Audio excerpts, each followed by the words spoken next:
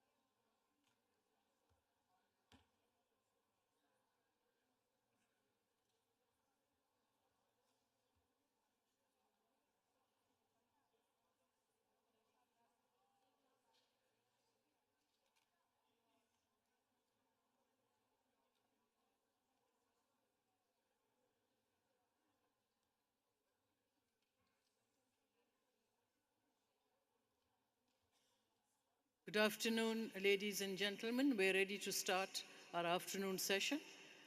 I am Senator Salma Ataulajan from Canada, and I'm delighted to be sitting where I am. And we will go to our list, and we have Somalia, Mr. Abu Sher. He's the remaining speaker from list B.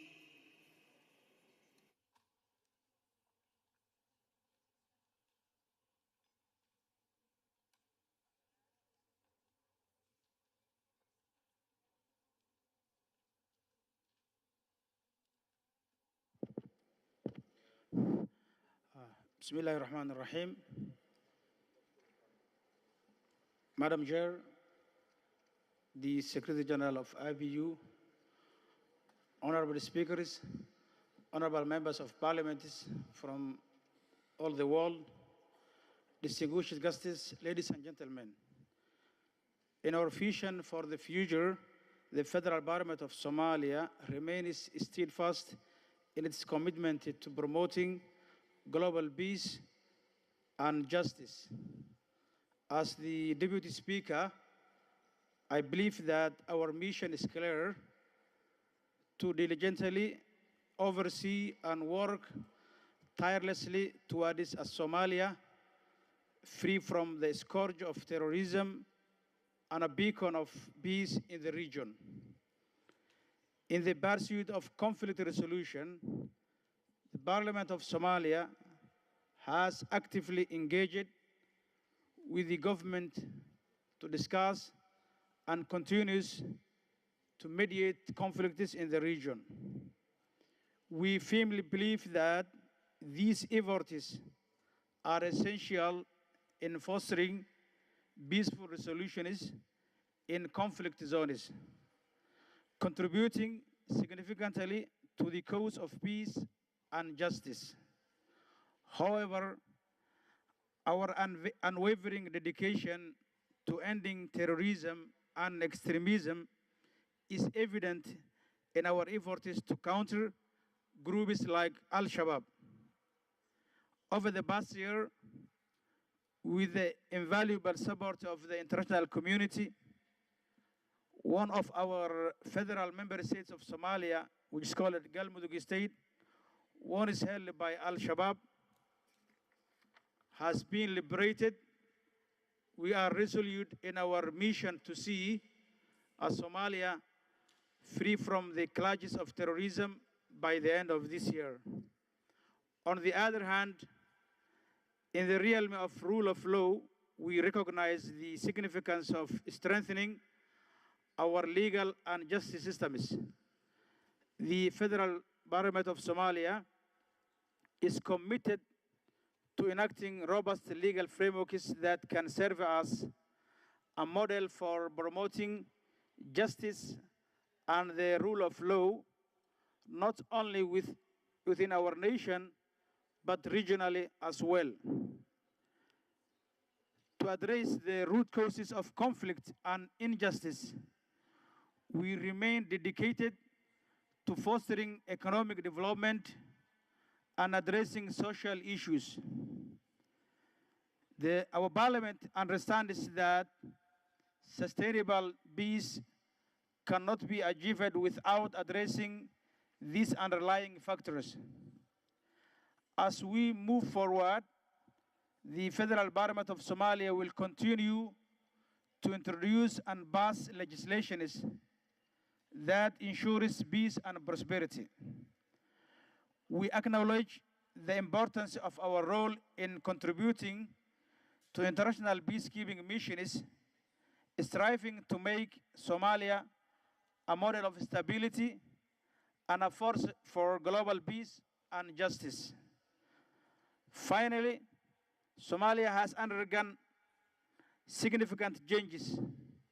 The current parliament has already passed laws that protect and promote the rights of every individual in Somalia, and there are many more laws that the parliament is eager to discuss.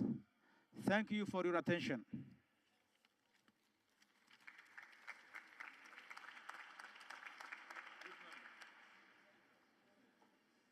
Now we will start with our list D, which is young parliamentarians.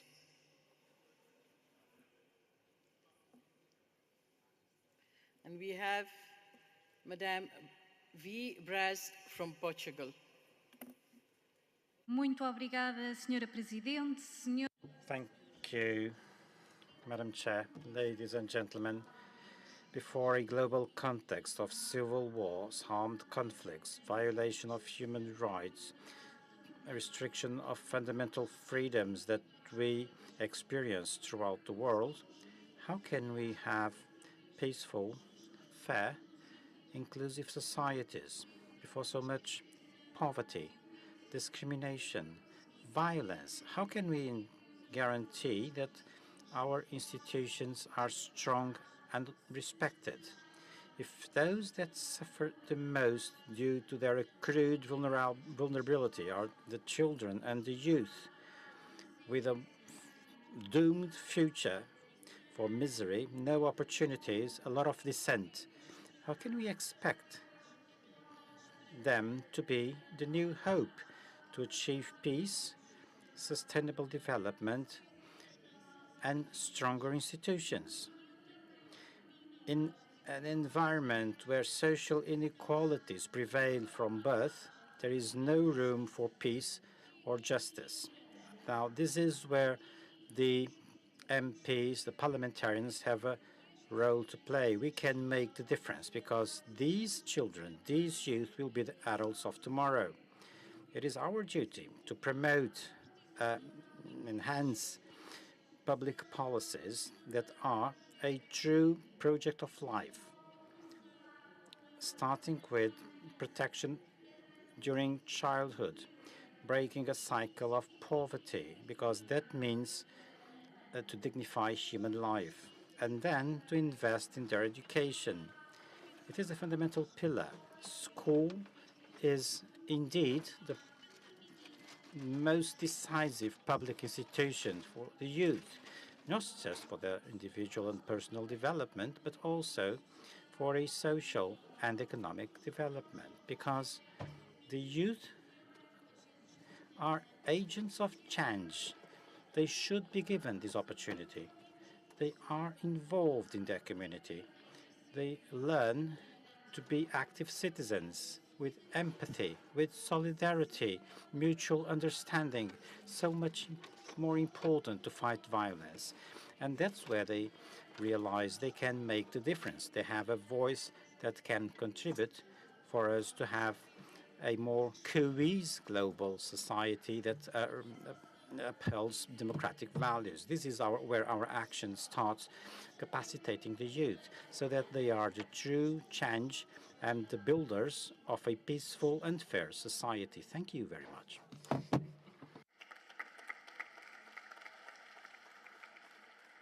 Next, we have Thailand. Madame Anu Popam.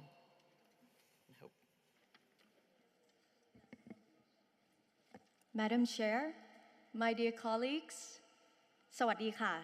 Greetings from Thailand. From the perspective of SDG 16, digital transformation can be an important game changer in strengthening good governance, transparency, and public trust in public affairs.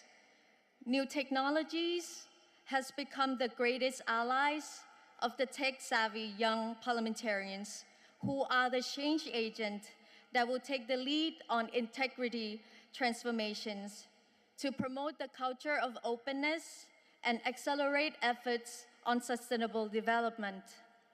To ensure accountability and enable public scrutiny, Thai young MPs see vast opportunities in harnessing modern technologies into its integrity policy, such as promoting electronic public procurement and bidding system, and an online platform handling citizens' petitions and complaints, as well as online consultations before finalizing draft laws.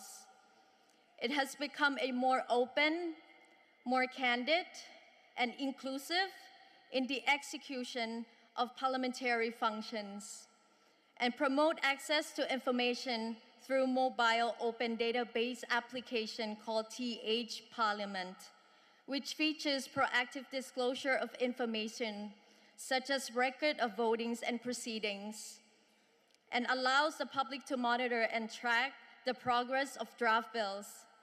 We also leverage digitalization and technological innovation to open a new avenue for the public to meaningfully engage with our legislative process, including e-initiative, an online solution to facilitate our citizens to propose bills with ease. Thank you. Next, we have Malta.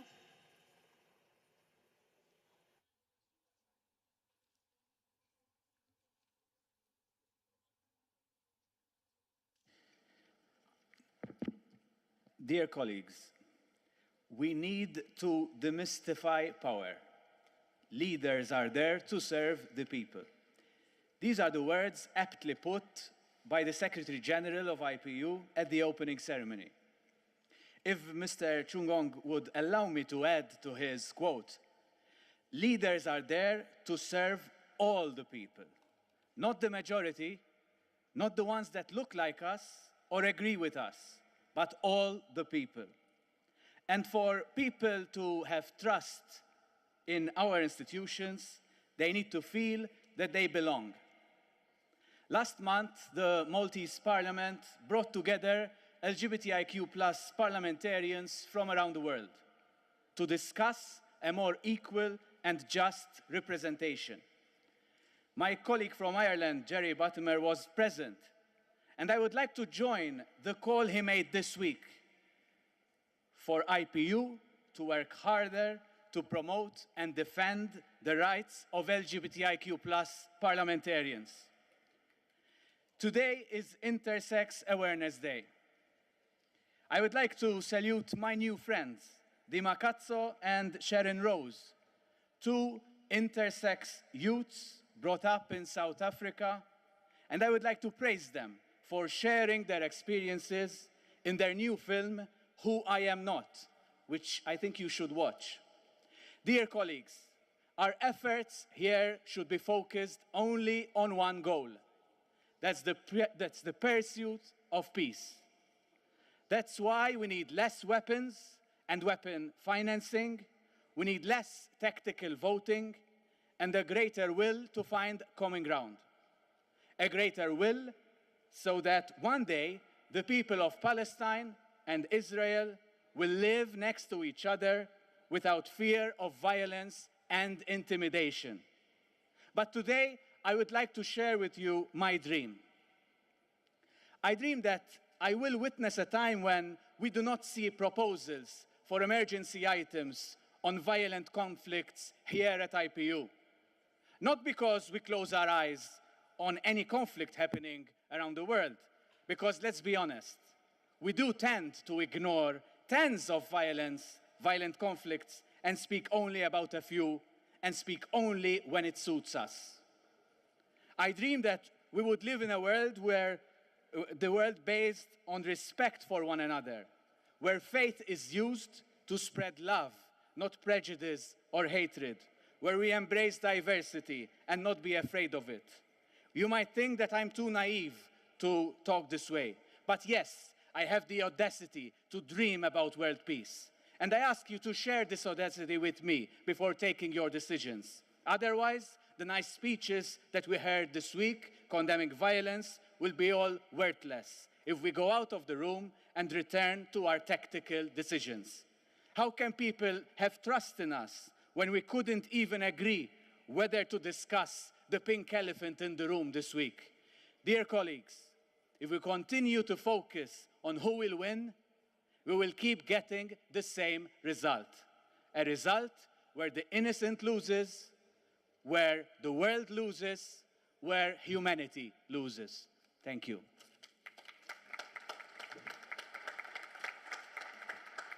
Iran.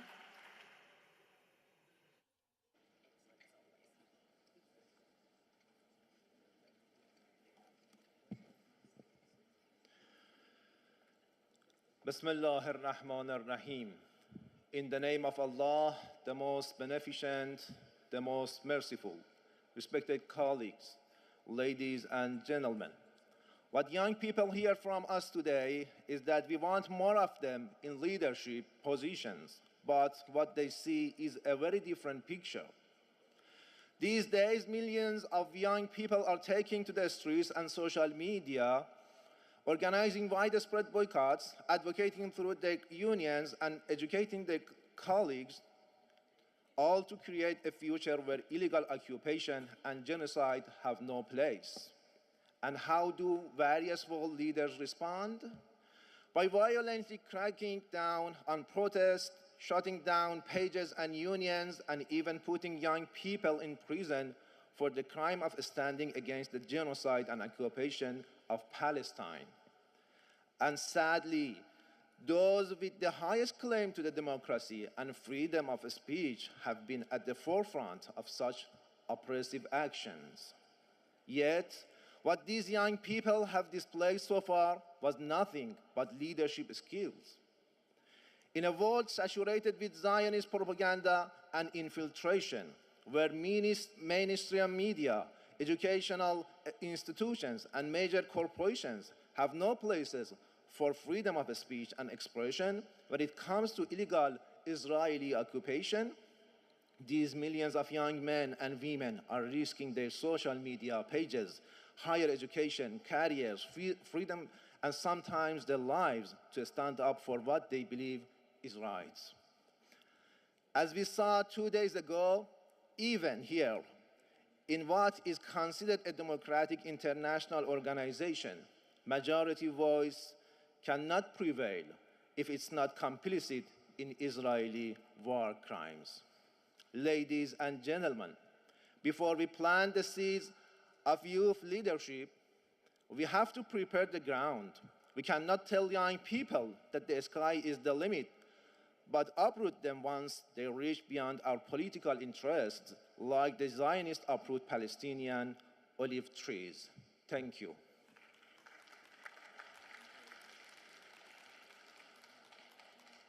Finland.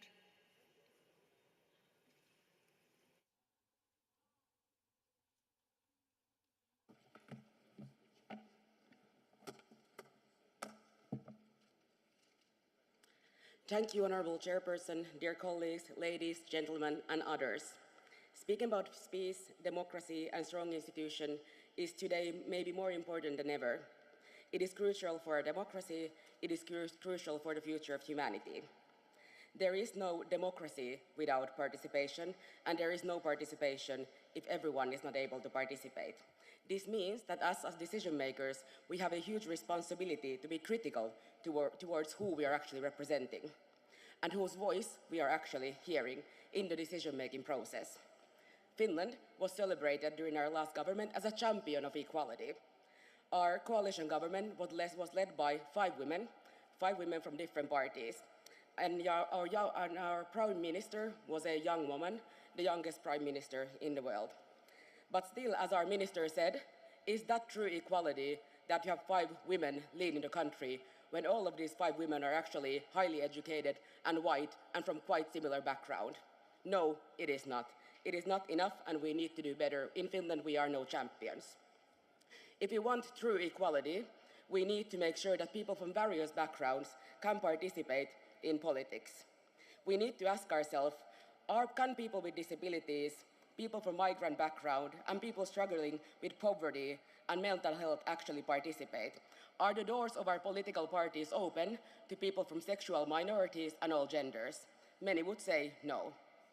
And can your citizens live as they want and love whoever they choose to love? If not, then you are failing your people, and then you are failing as a democracy.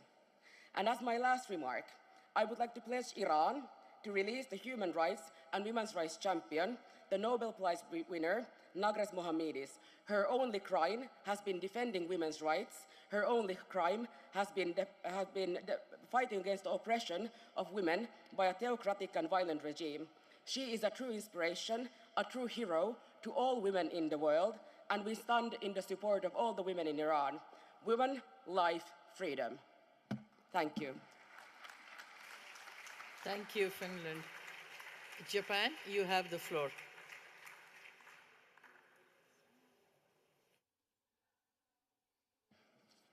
Thank you, Chair. MPs and ladies and gentlemen, I am Hitoshi Aoyagi of the Japanese delegation. I am a member of the House of Representatives of Japan and belongs to the Japan Innovation Party. The armed attacks on Israel carried out by Hamas and other militant Palestinian Islamist groups beginning on October 7th have created an intolerable humanitarian crisis by involving innocent civilians. Japan strongly condemns these armed attacks and strongly calls for an immediate withdrawal and release of the hostages. On the other hand, Israel's complete blockade has cut off the supply of electricity, water, and food to the Gaza Strip. As a result, the lives of more than 2 million people, including ordinary citizens, are at risk in the situation that has been referred to as an open-air prison. These people are now living day to day in a state of anxiety and suffering. Propaganda and fake news have covered the world and created a situation in which it is difficult to determine what is true. On the ground, a chain reaction of violence have triggered a continuous escalation of the conflict. These terrible occurrences are far removed from the SDGs' ideal of peace and justice for all as enshrined in Goal 16 as a pursuit of peaceful and inclusive societies for sustainable development.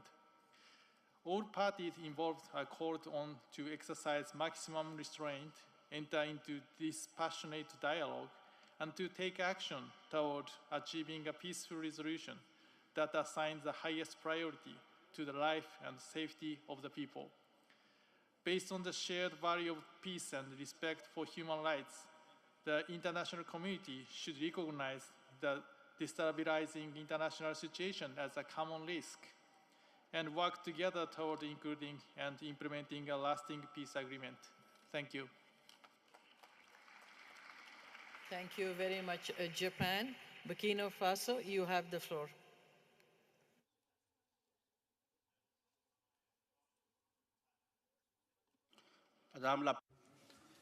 Chair, colleagues, honourable parliamentarians, distinguished participants, ladies and gentlemen, I'm taking the floor at a solemn moment to convey the fraternal greetings of Burkina Faso's young people. As you know, Burkina Faso, following some other Sahel countries, has for several years been facing a security, political and humanitarian crisis that is impacting young people, children and women.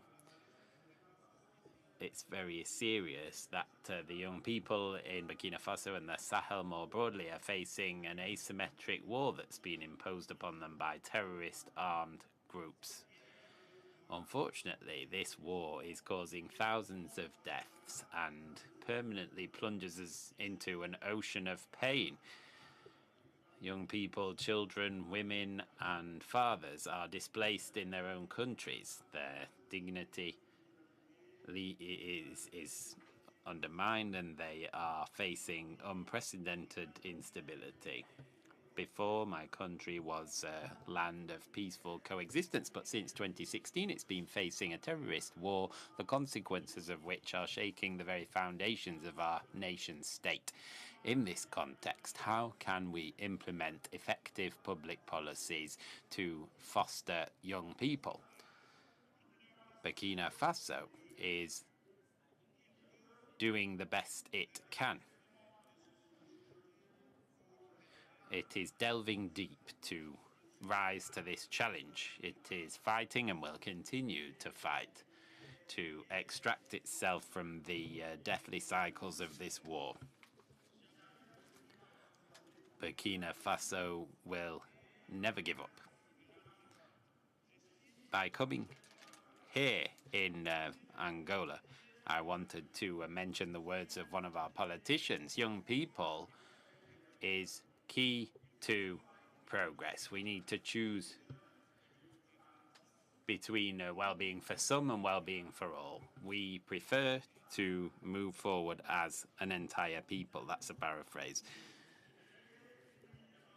In light of all of this, we call for true international solidarity with regard to Burkina Faso and the other countries of the Sahel, as was the case for many other countries in the world. We invite the parliaments gathered here to move from words to deeds and take action with regard to these familiar problems. Now is the time to act. We need to take action for peace in the Sahel, in Africa, in the world, and in the Middle East. Because peace and the hope of justice are so important. We need to make these the watchwords of parliamentary action. God's blessings be upon you. Thank you. Burkina Faso, we have next the young parliamentarian from India. Honorable Chairperson and parliamentarians from across the world, ladies and gentlemen, from the largest democracy of the world, Bharat, namaskar to all of you. The youth of the world are not untouched by what is happening across the world. As spoken by Honorable Prime Minister of Bharat in his address at the P20 Forum as part of the G20 in New Delhi a few days back, a divided world cannot provide solutions to the major challenges faced by humanity. This is a time for growth and well-being for all. We have to overcome the global trust deficit and move forward on human-centric thinking. We have to look at the world in the spirit of one earth, one family, one future. In this spirit, Bharat proposed to make the African Union a permanent member of the G20, and we are glad that all G20 member countries accepted it.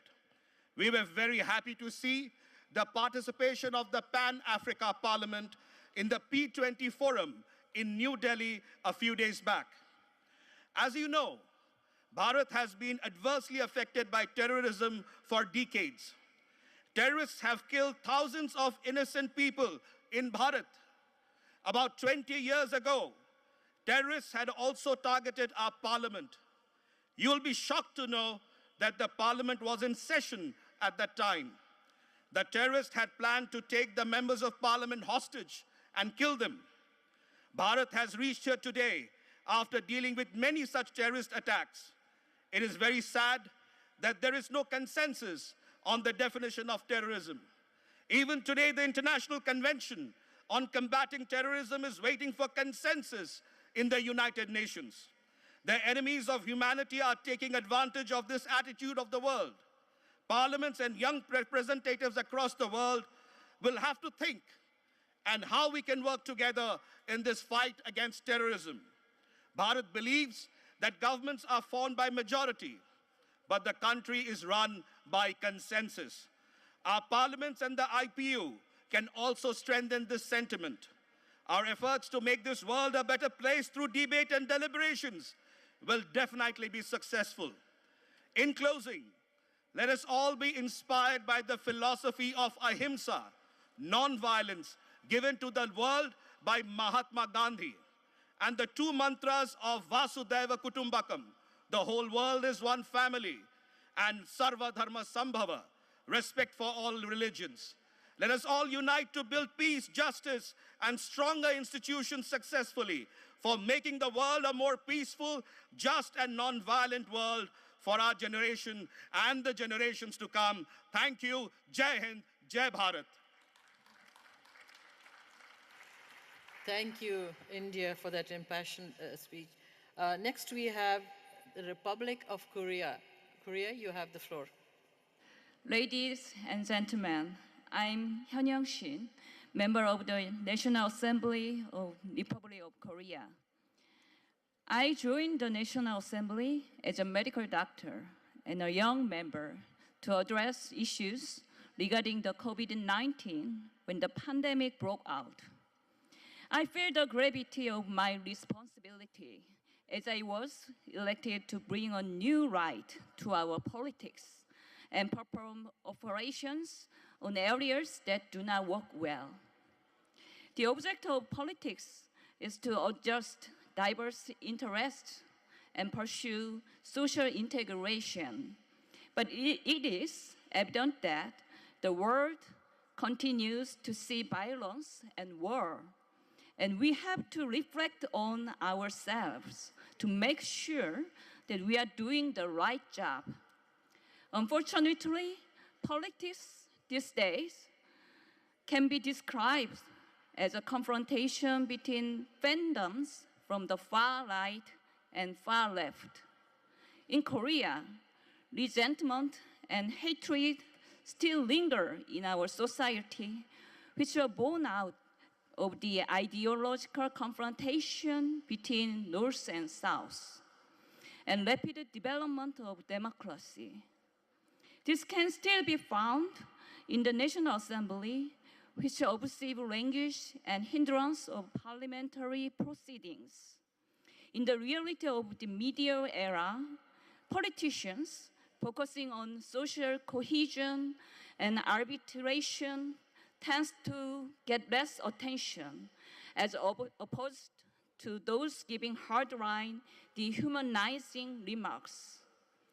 With the emergence of the mass media, politics is growing increasingly violent as witnessed in fake news, cyber attacks, and abusive deepfake technology. We are in desperate need of non-violence and peace, and the legal institution and policy to support the role of democracy in conciliation and compromise, which go beyond what fandom politics ask for. I hope our meeting at the IPU serves an opportunity to propose our own vision, share ideas, and learn from each other to overcome the political violence. Thank you. Thank you very much, Korea. Do we have the young parliamentarian from Ukraine? No? Yes, sure. Yes, thank you, Ukraine. You have the floor. Honorable President, dear colleagues, my name is Jean Belenyuk, and I am very happy to speak to you on such important topic. A year ago, I addressed this very assembly in Rwanda. I told you the story about my father who came to Ukraine from Rwanda, of my identity as Afro-Ukrainian. I told you that I had a dream that Russia pulls out of Ukraine and leaves my people in peace. I still have this dream. Thank you. But today's discussion made me think of the connection between war and justice. On this continent in Africa, colonial justice has led to so many wars. It harmed communities and discriminates against us. Believe me, the same has happened in Ukraine. Russia has always been a colonial empire. They captured Ukraine, destroyed our autonomy, banned us from singing our own language. In 20th century, they created a hunger that killed millions of Ukraine. Ukraine is so close to Africa in terms of this terrible colonial past. Russia tried to tell you it fight the West in Ukraine. Dear friends, do not believe this lie.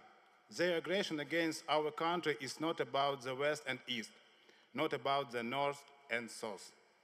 Russians' war is about colonization. Russians' war is about suppression.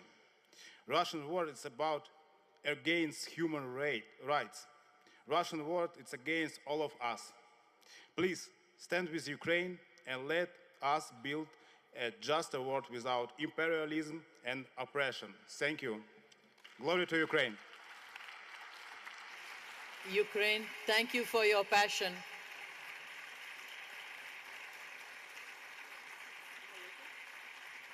Next, we have Morocco. Morocco, you have the floor.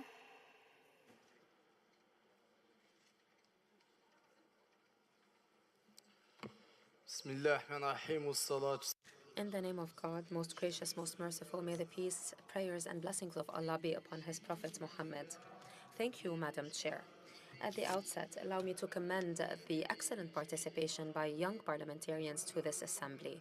In this regard, I would like to reiterate in this general debate that young parliamentarians lie at the very core, at the very heart of any compounded crisis that the world has been witnessing in the past few years, especially in the wake of the COVID-19 pandemic. Without forgetting the negative impacts of climate change and the complex financial and economic crises.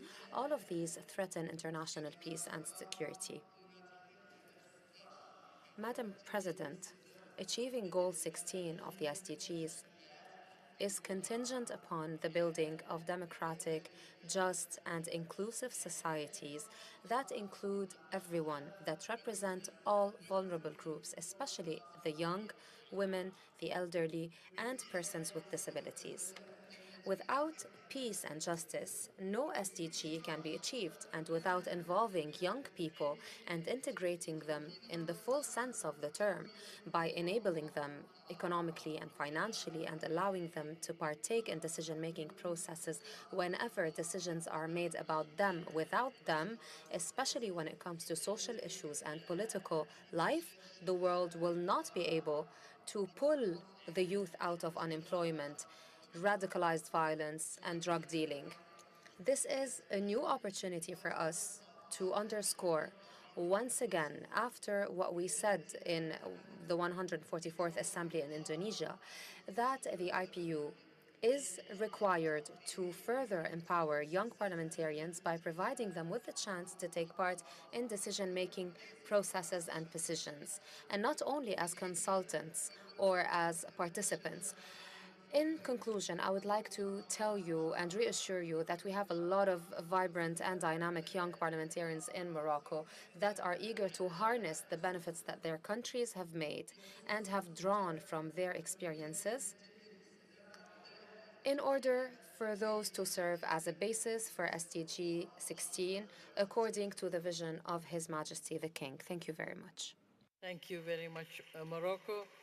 Next, we have Armenia. Armenia, you have the floor.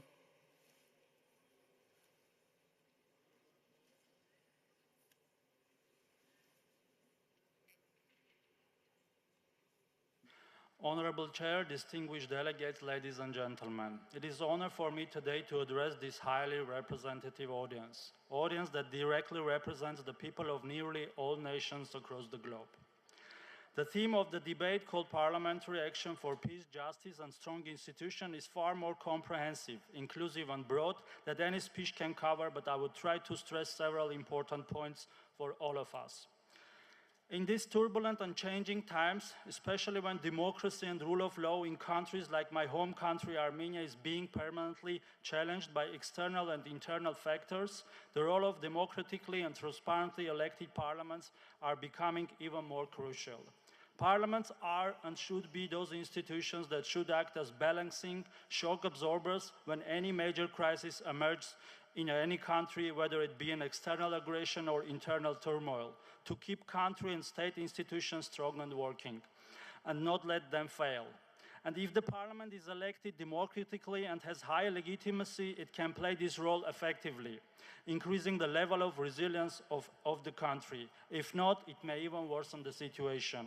Unfortunately, my country has been facing external and internal interrelated threats to its sovereignty and statehood for the last 3 years, and our parliament has been playing a pivotal role to ensure the stability in the country, as well as helping the government in its attempts to seek peace in the region. After the second Nagorno-Karabakh war, when the ceasefire agreement has reached between Armenia and Azerbaijan, different external and internal players wanted to use this opportunity to illegally seize the power in Armenia, and only democratically elected parliament with its majority and majority-backed government could absorb that enormous shock, preventing the country to go deep into chaos and civil war.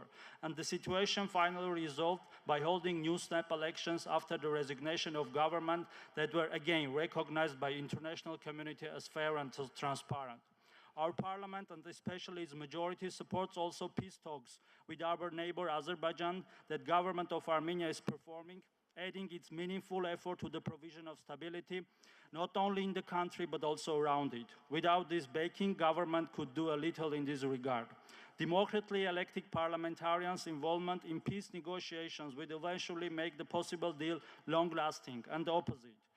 Exclusion of this institution that represents its own people will make the deal fragile and short-term. Later, we often see in autocratic societies when members of parliaments are not even aware of the particularities of this kind of important talks. I thank you for your attention.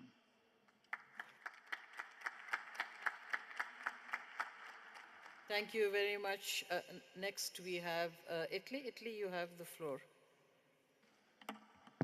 Thank you. Honorable Chair, distinguished guests, and delegates, we all have a moral and ethical imperative. It's a duty which became evident for those who has a public voice and a public stand, an international public stand today. And above all, we assume, among others, a generational perspective.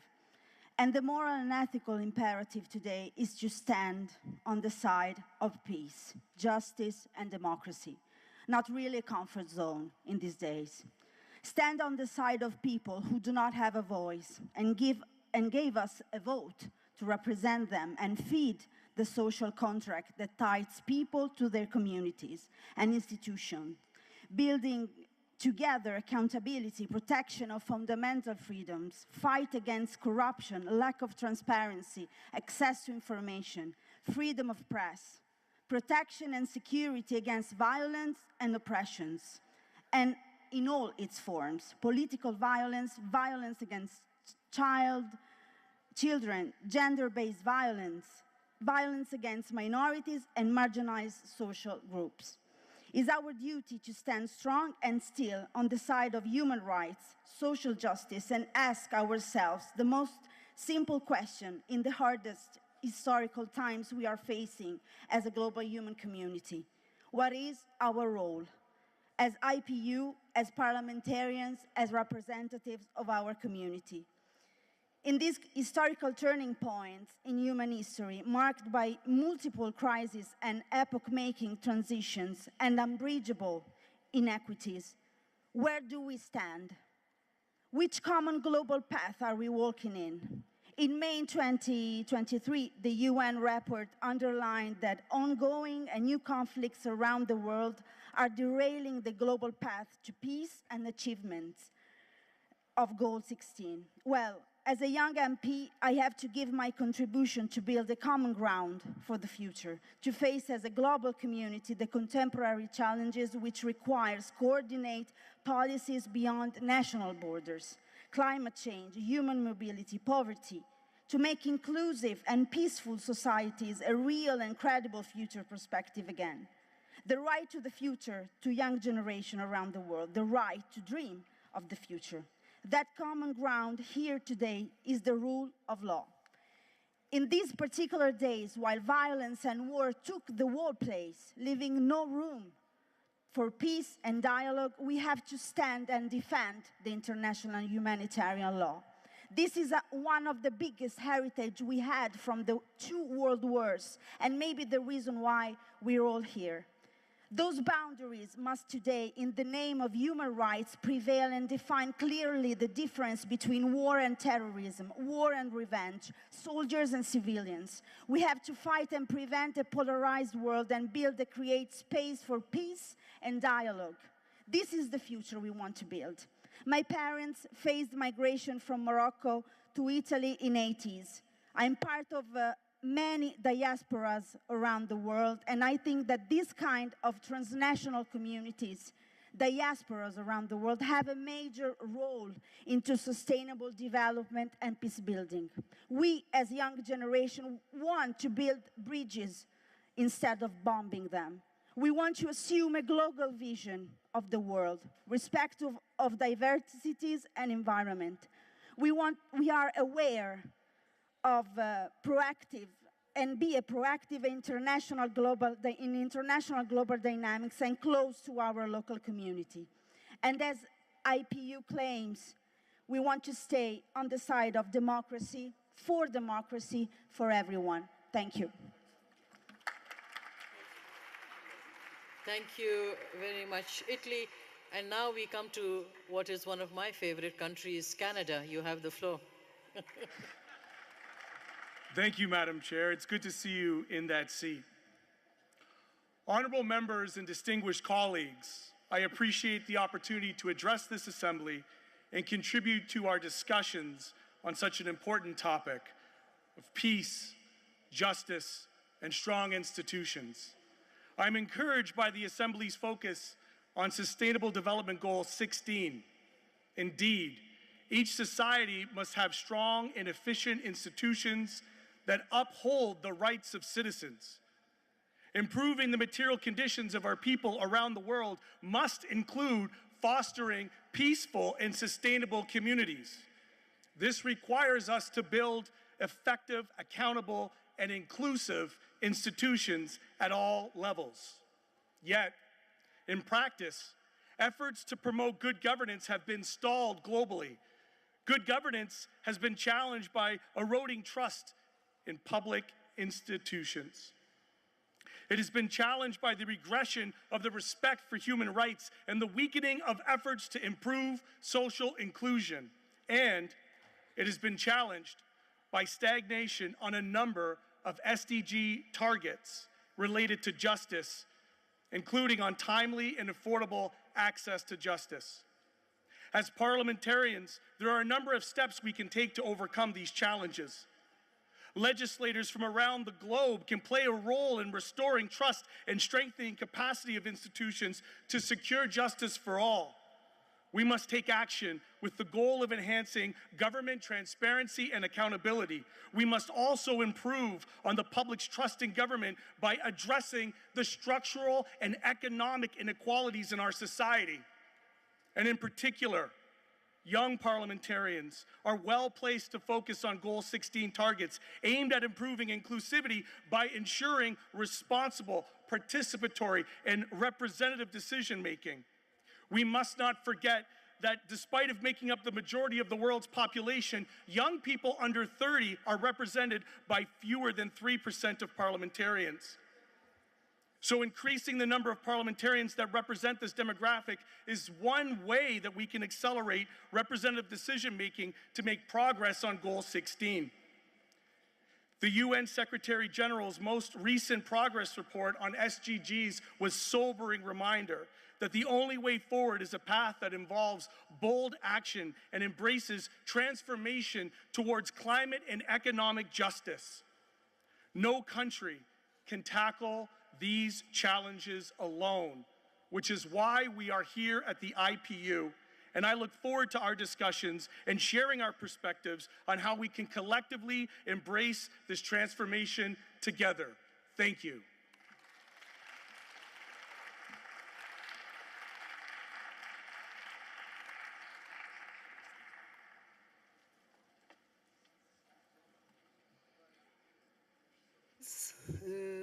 Now I give the floor to Abarzajan et Monsieur Agizor Bayar-Ramov.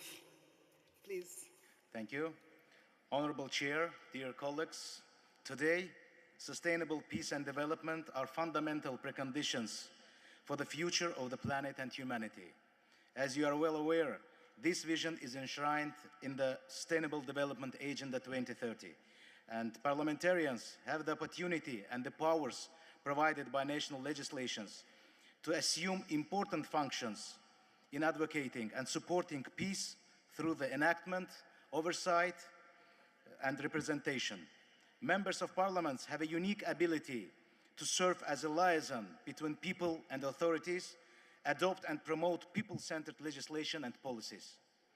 Ensuring the effective implementation of peace and reconciliation initiatives requires proactive engagement, oversight, and collaboration by national parliaments and their members. Parliaments could make greater use of their legislative power in the advancement of peace agenda, exercise more periodic oversight of activity of national executive entities in this sphere, promote a more holistic understanding of peace, security, and stability. And finally, parliaments should seek more meaningful involvement in national and global peace building, conflict resolution, and reconciliation efforts. MPs should actively engage with stakeholders involved in peace initiatives such as government agencies, civil society organizations, international partners, and local communities. By fostering dialogue and collaboration, MPs can facilitate coordination among different actors, address implementation challenges, and ensure that diverse perspectives are considered. Members of Parliament should demonstrate a long-term commitment to peace initiatives. Peace building is often a complex and time-consuming process requiring sustained efforts over an extended period. MPs can advocate for the continuity of peace programs beyond political cycles and ensure that commitments to peace are upheld over time. By actively engaging in oversight, collaboration, and advocacy, Member of Parliaments can and should play a vital role in ensuring the effective implementation of peace initiatives and contribute to lasting peace and stability in their societies. Thank you. Thank you very much. Now you call for Denmark and Mr. Scriver. Dear President, fellow parliamentarians, it is an honor for me to address all of you at this IPU session. Before being elected to the Danish Parliament, I was a school teacher teaching 13 to 15-year-old kids. These kids were full of optimism and confidence in the future. It is of great importance that we don't lose the trust and confidence of the new generations. On the one hand, I'm full of optimism when I'm looking at the strong engagement and involvement of young people in the fight against climate change and for human rights and freedom of expression. On the other hand, I'm a bit concerned that many of our political parties are not able to attract the young people. In my home country, Denmark, we usually have a very high voter turnout at parliamentary elections. Around 85% of the population take part in the elections, but only 3% of the population are members of a political party. That tells me we have to strengthen our effort to make politics more relevant for the young generation. We also must strengthen our cooperation with international organizations like IPU and the UN. As a parliamentarian from a small country, I understand the value of international order, where all countries, large and small, have an equal voice based on the principle of sovereign equality. Denmark is running for a non-permanent seat on the UN Security Council for the period 2025 to 2026. We are committed to inclusive multilateralism and international rule of law. We believe in a UN that promotes shared solutions to joint problems. Let me round off by pointing out one of the basic challenges for representative democracy. Around the world, hundreds of parliamentarians and human rights defenders are present or in other ways being obstructed for doing their work.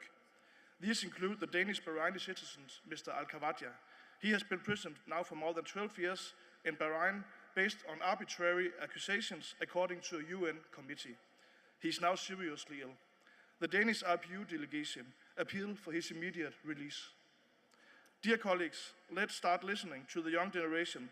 Let us inspire them to take part in our democracies, not only in words, but also in action. Thank you for listening.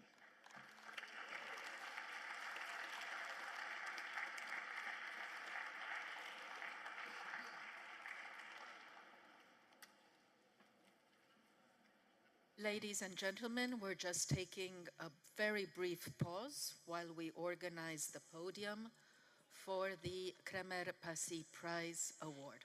Thank you.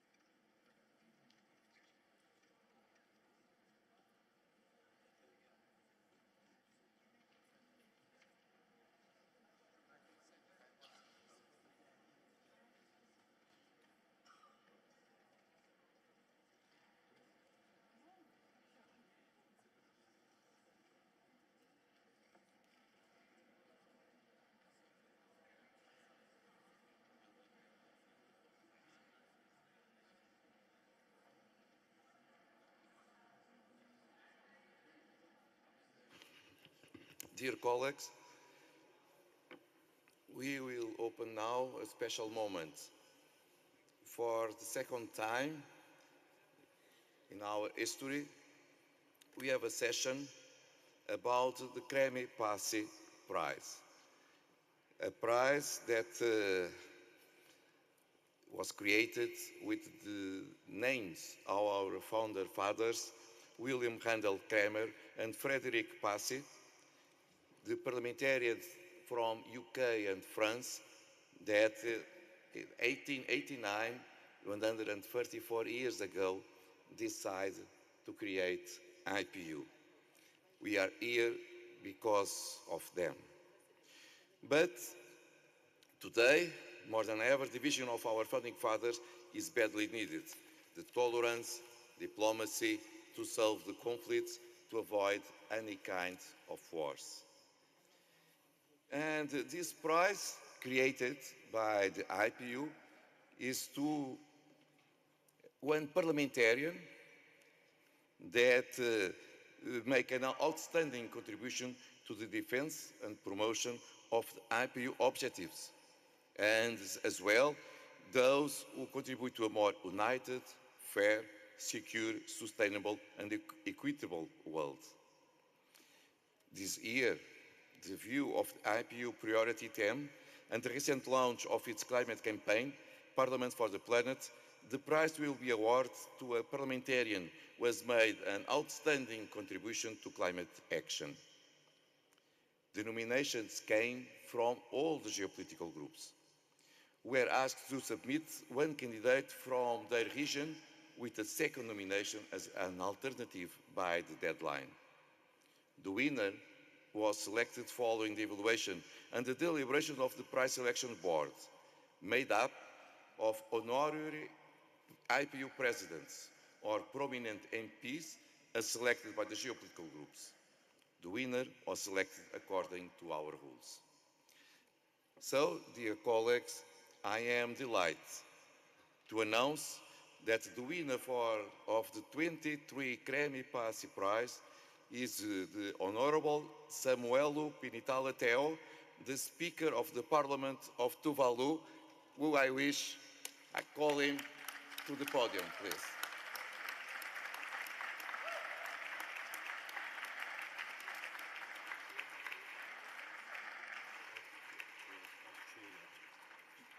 And now I will give the floor to the head of the geopolitical group that nominated as candidate the Speaker of Tuvalu. So, the Honorable Speaker Milton Dick, you have a few minutes to say why you decide at your geopolitical group to make this nomination.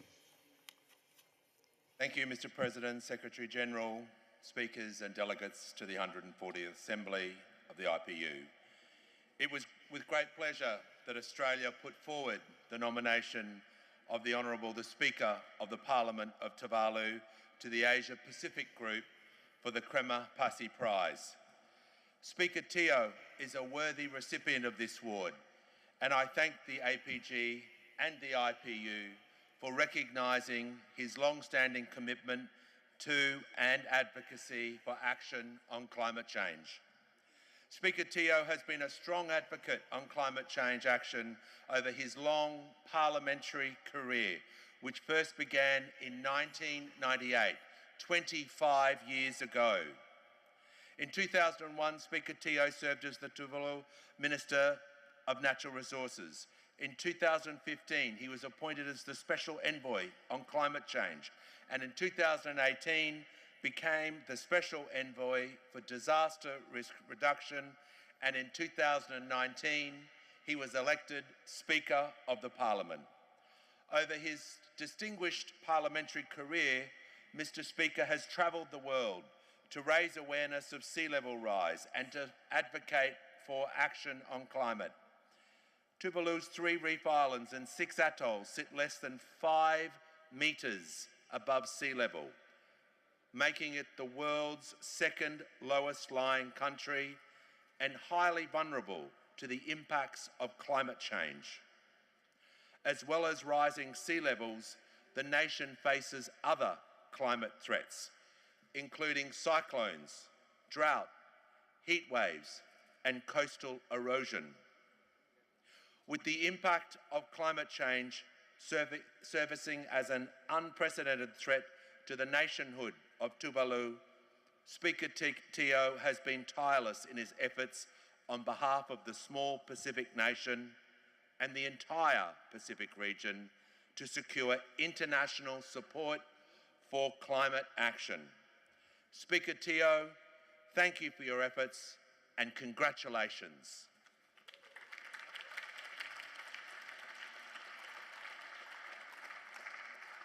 Thank you, Mr. Speaker. Mr. Speaker, come to the floor, please.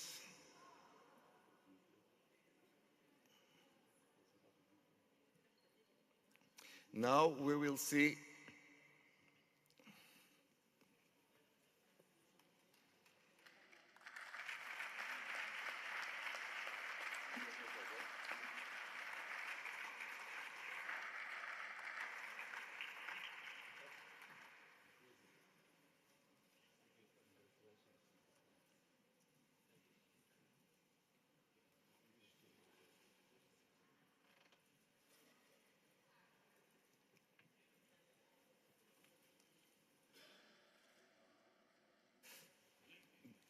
dear colleagues, we now will see a video with some information about the winner of the award, Cremer-Passy Award 2023.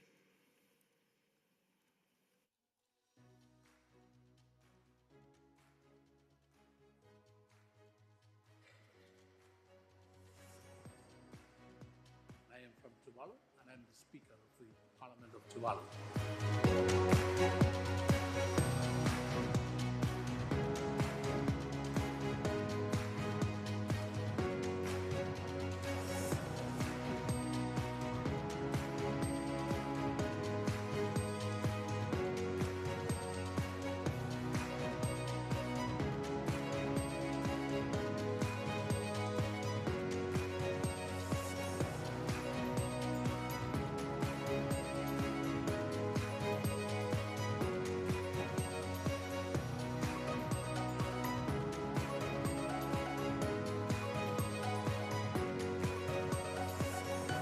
The sea level rise is happening. One day, we will be forced to migrate. The only way to save Tuvalu right now is no more talk, but just to build it up.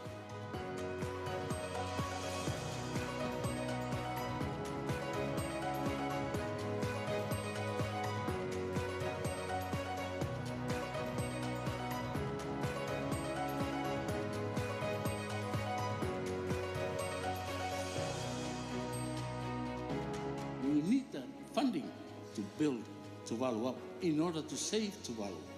And I think if we save Tuvalu, we will save Bangladesh, we will save a lot of countries, we will save the world. My parliament, my hand.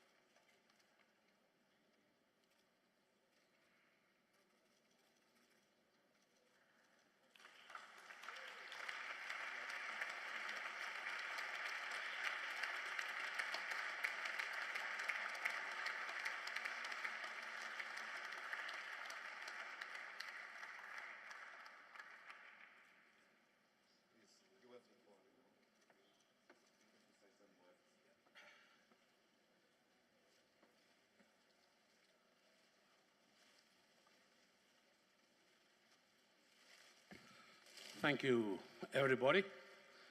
And Firstly, I would like to thank the IPU, your President, Secretary General, the government of Angola for hosting us in this beautiful country of yours. And thank you again very much for this award. I'm so humbled, and I feel very excited by at least the jobs, the work I've done over the years are being recognized. Thank you, Australia, for recognizing my work. And I hope that right now we are dredging Tuvalu to raise its elevation. We are trying to counteract, to beat sea level rise, which is our main enemy right now as a result of climate change.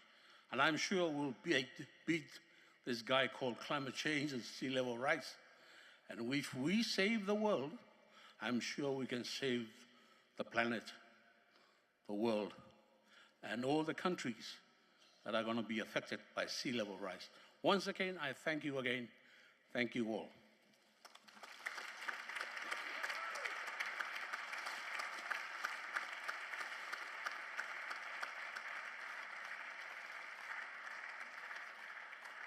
Maybe your delegation came here to take a photo with you, sir. Yeah. Your delegation. There? No.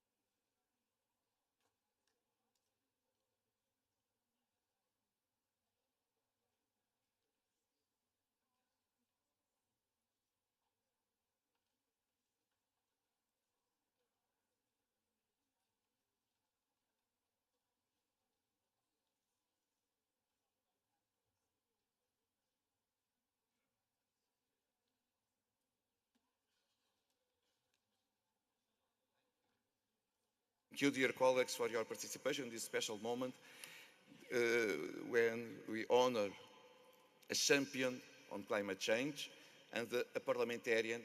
We express all the solidarity to the countries that are suffering so much with climate change. And it was also relevant to express this, not about the issue, but allow me to say, this is the real spirit of IPU. For this organization, all the countries are equal, and this way, all of them have the same treatment. Because Tuvalu is a very small country, but for us, has the same relevance as other ones. All are equal, and so this year it was an honor to express the solidarity with our colleagues from Tuvalu. And now we go to the other point of our agenda about first I want directly to the accountability. First of all, we will go to the launch of youth, the book on youth participation in national parliaments. I will give the floor to the Secretary General. Thank you very much, Mr. President. It gives us a singular pleasure this afternoon to introduce you to one of our flagship tools. A lot has been said at this assembly and in previous assemblies about the importance of youth participation in political processes. I just want to remind you that this movement started way back some 13 years ago, and I think it was in Thailand in 2010. And as you remember, it was a time when the youth were agitating around the world. They were displaying discontent in the way their countries were being governed. And your predecessors, I believe many of you were not there at the time, your predecessors thought that the organization should capitalize on this movement and do something about bringing the youth into the mainstream.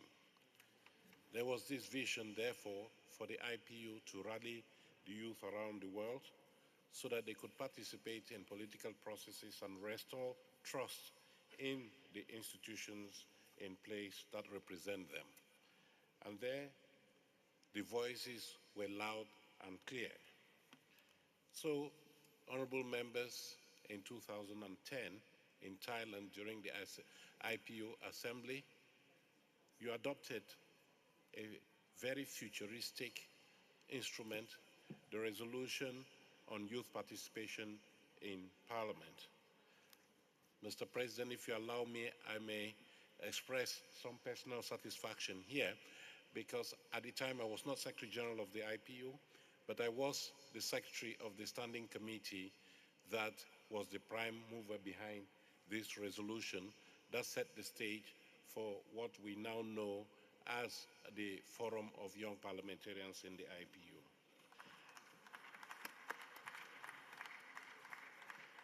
In 2010, when we started this movement, there was no data on ages of MPs around the world. There was no compilation of good practices to promote youth in Parliament. We were a ship who knew our destination, but lacked the rudder to help us get to that destination. The resolution recognized that knowledge is power, and so one of its key actions was for the IPU to collect data and information on youth in parliaments. So the IPU report on youth participation in national parliaments was born. 13 years later, we are proud today to be launching its 5th edition. Mr. President, you may want to hold this up for your colleague, the 5th edition of the IPU report. Where's your copy, Emma? Yeah, maybe we should stand up and show this. Okay, this is the book.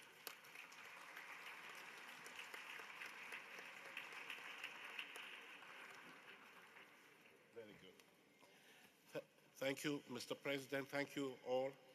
We'll be hearing a lot about this report from the horse's own mouth, so to speak, the voices of the young people who are driving the youth movement in the IPU today. But I just want to point out that this publication has become an authoritative source of information and data on youth in Parliament. It is cited in international organizations, including the United Nations. It is cited by academics and global media outlets. It is also counted as an official reference point for SDG 16, the one that we are discussing at this assembly, especially in relation to strong institutions. But beyond these things, the report is also something so much more. And so with your permission, Mr. President, I will invite Emma to tell us more of this report, what she considers to be important in this report. Thank you. Of course, Secretary General, Mrs. Muteka, you have the floor. Thank you very much, Mr. President, and thank you, Secretary General. Indeed, the IPU's report on youth participation is loaded with data, rankings and trends on youth parliaments. For example, did you know that out of all the MPs in the world, only 2.8% are 30 and under, and only 1.4% are younger women. 39% of parliaments have got no MPs under 30, and that only 15 speakers of parliaments are under 40 years old, and only 5 are women. Let's see the video of the report, which shows more.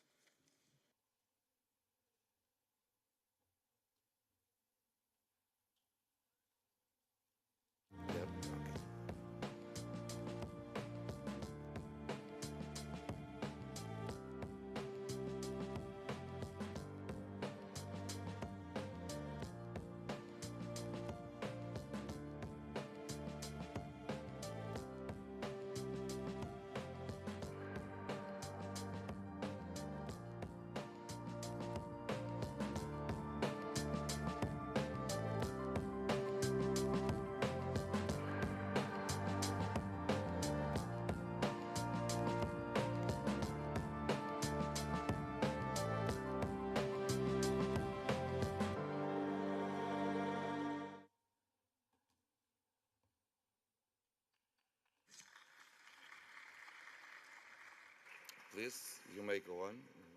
Thank you very much, Mr. President. Thank you for that video. This report is a trove of facts and figures, but for this 2023 edition, we have gone further. This edition is not only about information, it also talks about taking action. In 2023, we have created a new section which integrated the pledges of the I Say Yes to Youth in Parliament campaign and gives guidance on how all of us, both younger and older MPs, can trigger change in our parliaments. From adopting youth quotas to mentioning young aspirants, it takes each of the pledges of the campaign and dives deeper into how parliaments are implementing them. The result is a completion of the key takeaways that are based on all our lessons learned and good practices. Inspired by us members who are taking action now, it is a map that each of us can use to help us to implement and transform the change that we want to see. We are very grateful to all the parliaments and the MPs who are involved in providing these examples. We will hear a couple of them today, and I'm now honored to give the floor to an MP from Zambia to tell us what they have done. Honorable from Zambia, the floor is yours. Thank you very much. Since its launch in September 2022, the caucus has developed a strategic plan for the year 2023 to 2027. One of the key strategic objectives is the capacity building for young members of parliament and aspiring youth. In this regard, a number of engagements have been held, including but not limited to the following. Zambia participated in the 1.8 billion What Young People Want. Zambia also conducted a legislative consultative meeting to highlight some of these issues that need legislative reforms with regard to climate change. Zambia also participated in an African Annual Youth Women's Leadership Summit, which was hosted by Zambia to provide a platform for young leaders across the continent to deliberate on issues that affect them in their leadership roles. Zambia also established a collaborative relationship with youth researchers who furnish the caucus members with information to enable them undertake their functions. Based on this research, young members of parliament are able to debate and ask questions from an informed point of view. I submit. Thank you.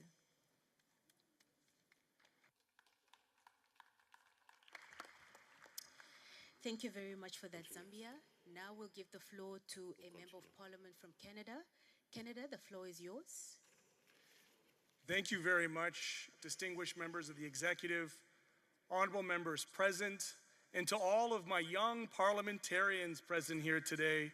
I'm a very proud member of Parliament from Canada, and I will take this time, rather than following the protocol to talk about the great things that are happening in Canada, to use this opportunity as a call to action for all members present, that when watching the findings of these reports, we go back as 700 members of the IPU strong with a commitment for succession planning, for the identification, engagement, and enrollment of young people in our political systems, sisters and brothers and friends. I call to you today urgently. You hear the numbers of 3% of the population making up the parliamentarians around the world, and yet this number of people present is growing and growing and growing, and which means their representation is shrinking and shrinking and shrinking. So in close, Madam Chair, I implore the members of this committee, starting with myself, that we think about our own participation in these spaces, and as we have provided public service for decades, that we consider capping our time so that we too can create space by moving on and allowing young people to come after us, members of the Executive Council and the IPU. And so I hope that next year in our Young Parliamentarians Caucus, if I'm still blessed enough to be young enough to make it, that we will see a larger number of IPU members due to the commitment of this year's Assembly. Thank you. Thank you very much, Canada. May we give the floor to Thailand? Thailand, the floor is yours. Mr. President, Madam Chairs, ladies and gentlemen, during the past recent years, many of young people have been recruited by Thai political parties and vibrant movement of first-time voters who are prime mover in political social media, has been shaping Thailand's new political landscape. This is a crucial factor how Thailand reached a record high number in the latest election. 42% of 500 members in the House of Representatives, including me of course, are under the age of 45, which is significantly increased from 2019 election and setting Thailand above the global average. Also, 9 of them had been recently been promoted as chairs of the House standing committees, a promising step forward that made the Thai Parliament significantly younger. With our Young MPs caucus and the House Subcommittee on Youth Engagement at the forefront to advance youth agenda, we are certain that our young colleagues will ensure that the voices of the young people will be heard, their rights will be guaranteed, and the challenge facing them will be addressed. The Parliament of Thailand is determined to foster a nurturing ecosystem for youth by reaching out to youngsters to support and enable our new generations to lead an inclusive and transformative change and shape the future of their own. Thank you, Madam Chairs. Thank you very much, Thailand. I would now like to give the floor to Honorable Aikmik from Morocco, as well as a fellow board member of the Forum of the Young Parliamentarians. Honorable, the floor is yours. Merci, chers collègues. Thank you, Chair. On behalf of the Council of the Forum of the Bureau, I beg your pardon, of the Forum of Young Parliamentarians, and in my own capacity, as well as on behalf of the delegation of the Kingdom of Morocco, I welcome the convening of this session on the report on participation of youth in parliamentary work. It's a useful contribution on involvement of young people in political life. I would like to reiterate my congratulations to the IPU for having published this 5th edition of the report, and I'd encourage all parliamentarians to use it and to draw on the expertise of the IPU to strengthen further the representativeness of young people in political institutions, and particularly parliaments. Ladies and gentlemen, since 2010, when this global campaign for youth in Parliament was launched, Significant progress has been made, but there is still a lot to do if we are to achieve full equity concerning the effective, productive and ongoing involvement of young people in parliaments. To mention Morocco, we've embarked upon a diversified and multidimensional process to ensure the political representation of young people in parliament, firstly through the implementation of a quota system and through other open, inclusive and encouraging systems. We have seen a satisfactory level of participation from young people in the second chamber and in the higher chamber. These are good examples of participation of young people in political life in Morocco. The results of a campaign like this can only lead to one positive outcome, which is why I say yes to more young people in Parliament. Thank you.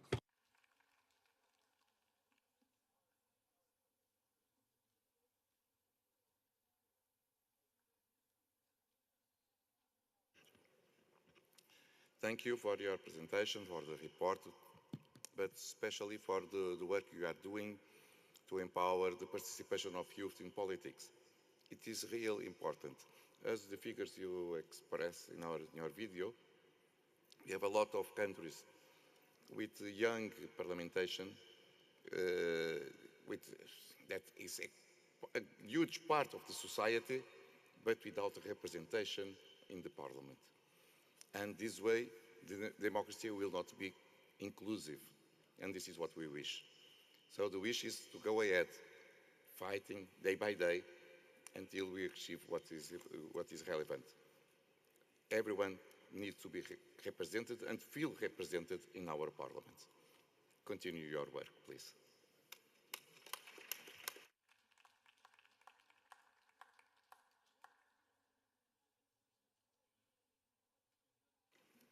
And now, dear colleagues, we go to the point. Now I will go to the point where I wish to be a few minutes ago. This is the special accountability segment. A very important moment also here in IPU, because in this segment we will make one update of and accountability of all of us in our own parliaments to implement the decisions of IPU. I will give the floor to Secretary General, to the Ambassador Anda Philip.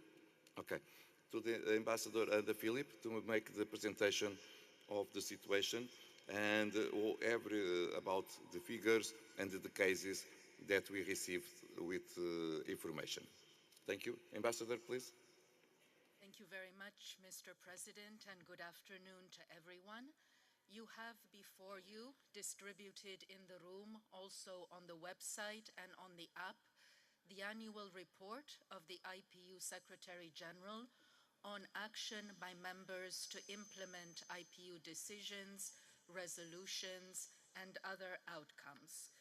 It's a very comprehensive report, and when you have a moment, we would encourage you to go through this document, as it provides a wealth of good practices and examples. If we go to the second slide, as an overview, you will be reminded that this year we have invited, on a rotational basis, around 45 member parliaments to respond to a survey that was circulated during the month of March. And similarly, we have encouraged all other members who have something that they wish to share to also fill out the survey and send it to the IPU Secretariat. Next slide. You have before you the flags of the countries that have been invited this year in 2023 to submit their reports, their national reports. You have in the first column the countries that have responded to this survey, and I'm pleased to report, Mr. President, that over 70% did indeed fill out the survey and send this information to us. In the second column, you will find those countries that have not yet responded. And we would like to give a special word of thanks to those countries that have taken the time to submit voluntary reports. And these are Bahrain, Bhutan, Morocco, Romania, I'm sorry, my eyes are, Rwanda, Suriname, Sweden, and the United Kingdom. Next slide. By geopolitical groups, you will see that 2 of our geopolitical groups had a 100% response rate, an additional 3 groups in the range of 60 to 65, and 1 group in the range of 35% response rate. Next slide. In terms of the main findings, we are pleased to see that nearly half of the respondents, in addition to the fact that the majority, 85%, do take the outcomes from the IPU assemblies and share them widely within their respective parliaments, we are pleased to see that over 50% of these countries take additional measures. These measures take the form of drafting new legislation, revising existing legislation, or taking other proactive measures towards the implementation of the collective work of the IPU members. Next slide. We have this slide that looks at the priority themes for 2023 of the IPU. We've just awarded the Cremer-Passy Prize on climate change, and indeed, climate change has been a priority focus for the organization throughout the year 2023. And gender equality similarly continues to be one of the top priorities for the organizations. And you will see that from all regions, there has been a reporting of positive engagement and concrete actions in both of these work areas. Again, we would invite you to see the specific examples in the report. Next slide. We have tried to extract, just to give you a taste of the main findings, some of the good examples of implementation. These include, for example, the parliaments of Morocco and Fiji. They report climate change action as a follow-up to the work of the IPU. The Parliament of Germany reports defending the human rights of MPs through a special program. Furthermore, the parliaments of Ghana and Latvia report following up on the work of the IPU in between events by respectively forming a network of African parliamentarians for climate action and holding debates in Parliament to mainstream the IPU resolutions throughout the work of Parliament. Next slide. Those are just a slight glimpse of the very, very many good practices that you will find in the annex of the report. If you wish, we invite you to scan this barcode and you will have more information. Next slide. I would just like to take this opportunity, next slide, to underscore the main recommendations that we make on a yearly basis when it comes to enhancing the impact of our collective work. Ultimately, it is the members that are in the driver's seat of this entire exercise. And as such, all members are invited to submit assembly reports to Parliament. They are encouraged to share copies of assembly declarations and resolutions with your colleagues, the other MPs in Parliament. You are invited to promote debates in specialized committee or in the plenary around the outcomes from IPU assemblies. You are invited to examine the possibility of revising or drafting legislation aligned with the commitments undertaken through IPU resolutions and other decisions. And last but not least, you are all invited to systematically engage in the yearly IPU reporting exercise. And we very much hope that when we meet again at the Fall Assembly of next year, we will be able to show even more examples to disseminate the good practices and together to help raise awareness and visibility. And the last slide, please, is you will see there, those are the countries on the screen which, in alphabetical order, in virtue of the rotational system, will be invited to contribute to the 2024 report on implementation of IPU decisions. We hope that all of these members will engage in this exercise, and furthermore, we are inviting all other interested members to join us in this exercise. Thank you very much, Mr. President. We have also prepared for you a list of countries that have indicated their wish to present directly their own work in this area. Thank you. Thank you, Ambassador Philip, for the explanation you gave to the Assembly. And now we will open the floor to the countries that make a wish to use the floor. Again, this is very important, and the list of countries that did not answer, it should be shorter and shorter every time. And so maybe we need to talk with our colleagues, especially inside the geopolitical groups, to achieve that everyone will express how they implement the resolutions of the IPU. The first name on our list is Mr. Rudana from Indonesia. You will have the floor for 2 minutes. Thank you, Mr. President, Secretary General of the IPU, Speaker, and honorable delegates. Good afternoon. I am Putu Supadma Rudana, Indonesian Member of Parliament from Bali, Indonesia, and also the Vice Chair of the Committee for Inter-Parliamentary Cooperation. On behalf of the Indonesian House, I would like to extend my appreciation to the IPU Assembly to provide this special accountability segment. Indonesia's commitment to IPU resolution is unwavering. We have worked hard constantly to work on and follow up IPU resolution relating to a number of issues from climate change, migration, and gender equality.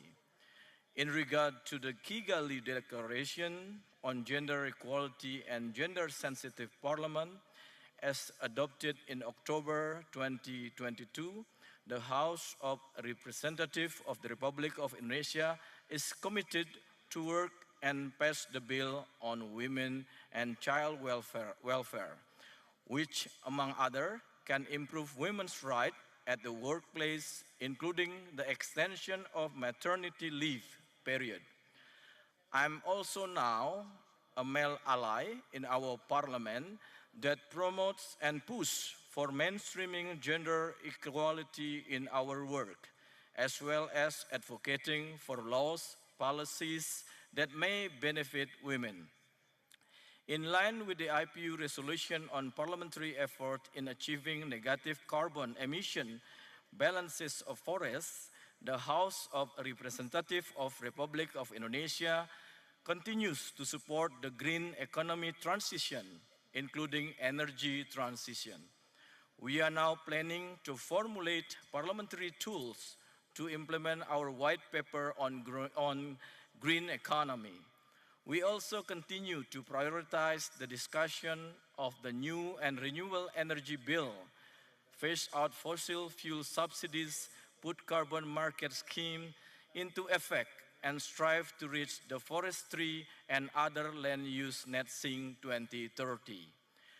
These are some developments in our parliament, and looking forward to hearing experiences from other IPU delegates. I thank you very much. Thank you, Mr. Godana. Canada, Mrs. Atal Gyanchan. Salma. Thank you. I'm Senator Salma Taulajan, Chair of the Human Rights Committee in the Senate. I am delighted to be here today to speak on the Kigali Declaration, unanimously endorsed by our organization a year ago, which encourages gender equality and gender-sensitive parliaments as drivers of change for a more resilient and peaceful world. Recently, important strides have been made in the Senate. Canada's upper chamber has more women than men now, and earlier this year, a woman was also appointed as Speaker of the Senate. Although not the first, she's only the third woman to ever serve in that role. However, gender equality in parliaments is not solely a numbers game. It requires substantive changes to address long-standing structural inequalities. Since assuming office in 2010, I have been a staunch advocate for gender equality and women's rights in parliaments in Canada and abroad. Presently, like I mentioned, I chair the Standing Senate Committee on Human Rights, and in 2020, as a new senator, I proposed a study on how to increase women's participation in Afghan society. The committee's report emphasized that Afghan women must be fully supported so they can assume meaningful roles in any future peace negotiations and work to protect women's rights. Unfortunately, we have seen what has happened in Afghanistan, and the conditions for women have deteriorated. In fact, women have been effectively erased from public life. Despite this, I believe the lessons learned from that time still stand today, and not just for Afghan women. The Kigali Declaration gave us a 10-point, 10-year plan of action on gender equality, and I believe Canada is making progress in this area. For example, we have a House of Commons Committee on the Status of Women, and the federal government now incorporates gender issues into its budgeting process as required by legislation. Furthermore, the research team at Canada's Library of Parliament supports our parliamentarians in conducting gender-based analysis of our government's legislation and other initiatives. Fellow parliamentarians, I urge you to review the 10 commitments we made in the Kigali Declaration and report on your Parliament's progress when we meet next time at our Assembly. Thank you. Thank you, Senator. And now from India, Mr. Prasad Tasha. Honorable You have the floor. You have the floor, caller. Sir. Honorable Chairman, sir, and distinguished guest, Secretary General, the Indian Parliament is committed to the IPU and its work to strengthen Parliament and democracy around the world. We believe that the Parliament have a vital role to play addressing the challenges of our time, including climate change, inequality, and conflict. In the process, it is equally important for us to understand the strong accountability is essential to ensuring that the IPU's work has a meaningful impact on the lives of the people around the world. India has a long history of taking concentrated action to follow up on IPU decisions. I would like to share that the Lok Sabha Secretariat of the initiative of Honorable Speaker Sri Om Birla ji during the 17th Lok Sabha started monitoring replies from the government to matters raised under Rule 377, where members are allowed to raise the matters which are not points of order or which have not been raised during this same session under any rule. In order to ensure early replies, the matter are constantly pursued with the ministries. As a result, percentage of reply to matters under Rule 377 has increased significantly. Distinguished guest and chairman, sir, India reaffirms its commitment to promoting gender equality and gender-sensitive parliament. In India, we are not just focusing on the women empowerment, as we are essentially witnessing women-led development. I feel proud to share that the historic occasion of the first day of the special session of Indian Parliament in our newly notified parliament, we passed Nari Shakti Bandhanan Abhijan, the Women's Reservation Bill 2023, which provides for resolving 1/3 of the seat of the women in Lok Sabha and state legislative assemblies. I believe the landmark decision will go long way in empowering women, thereby accelerating the pace of the inclusive and gender-sensitive development of our country. Distinguished guests and delegates, living the harmony with nature in a way of life in India, and India is committed to substantial development practices.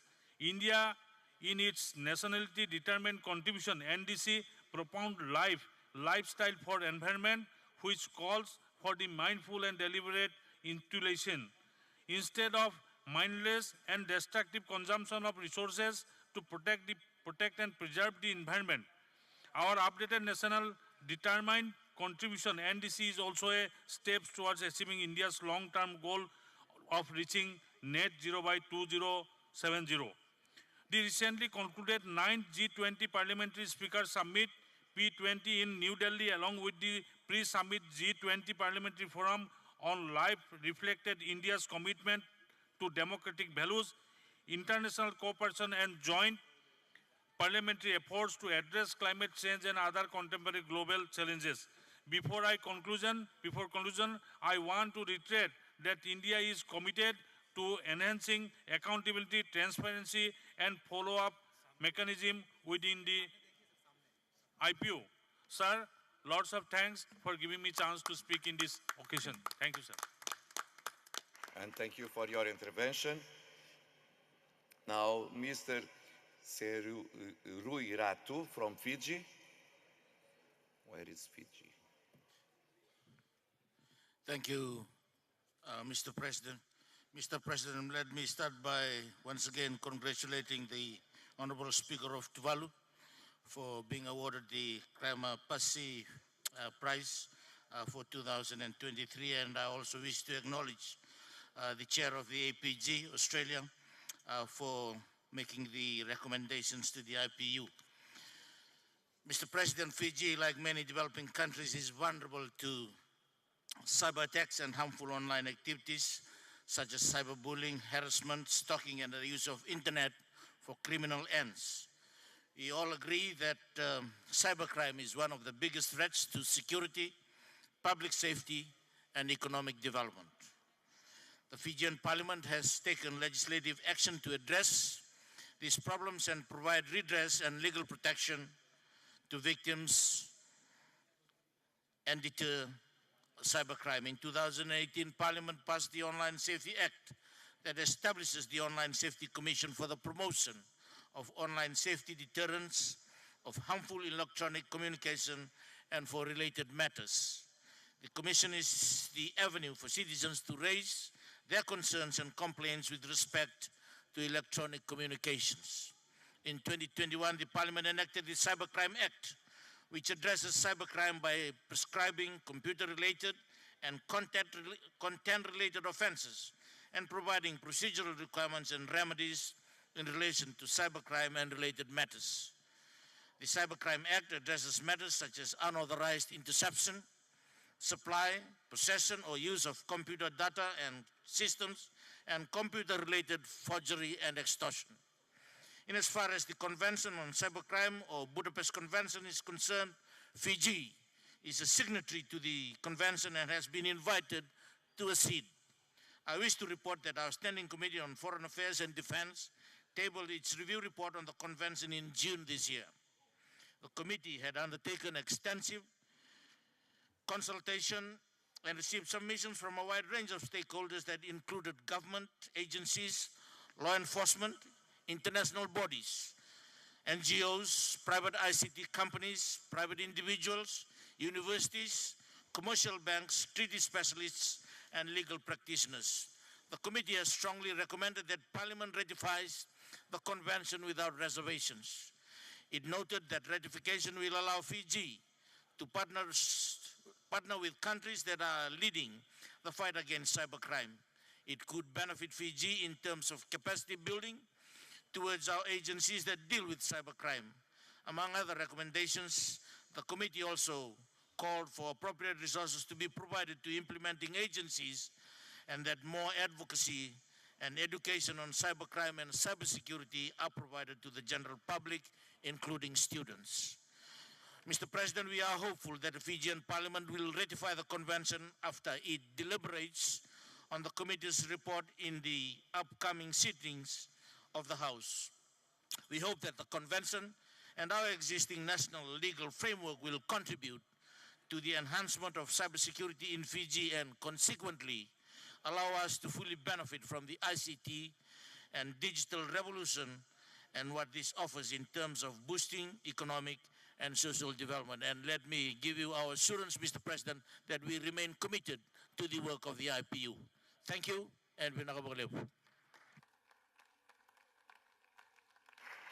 Thank you, dear colleague. And fight for climate change is something that affects all of us, but especially the islands of Pacific, so you needed to do it every day. For a logistic question, I will give now the floor to Portugal and then Bahrain, with your understanding. Please, Mr. Carlos Pereira, tem a palavra.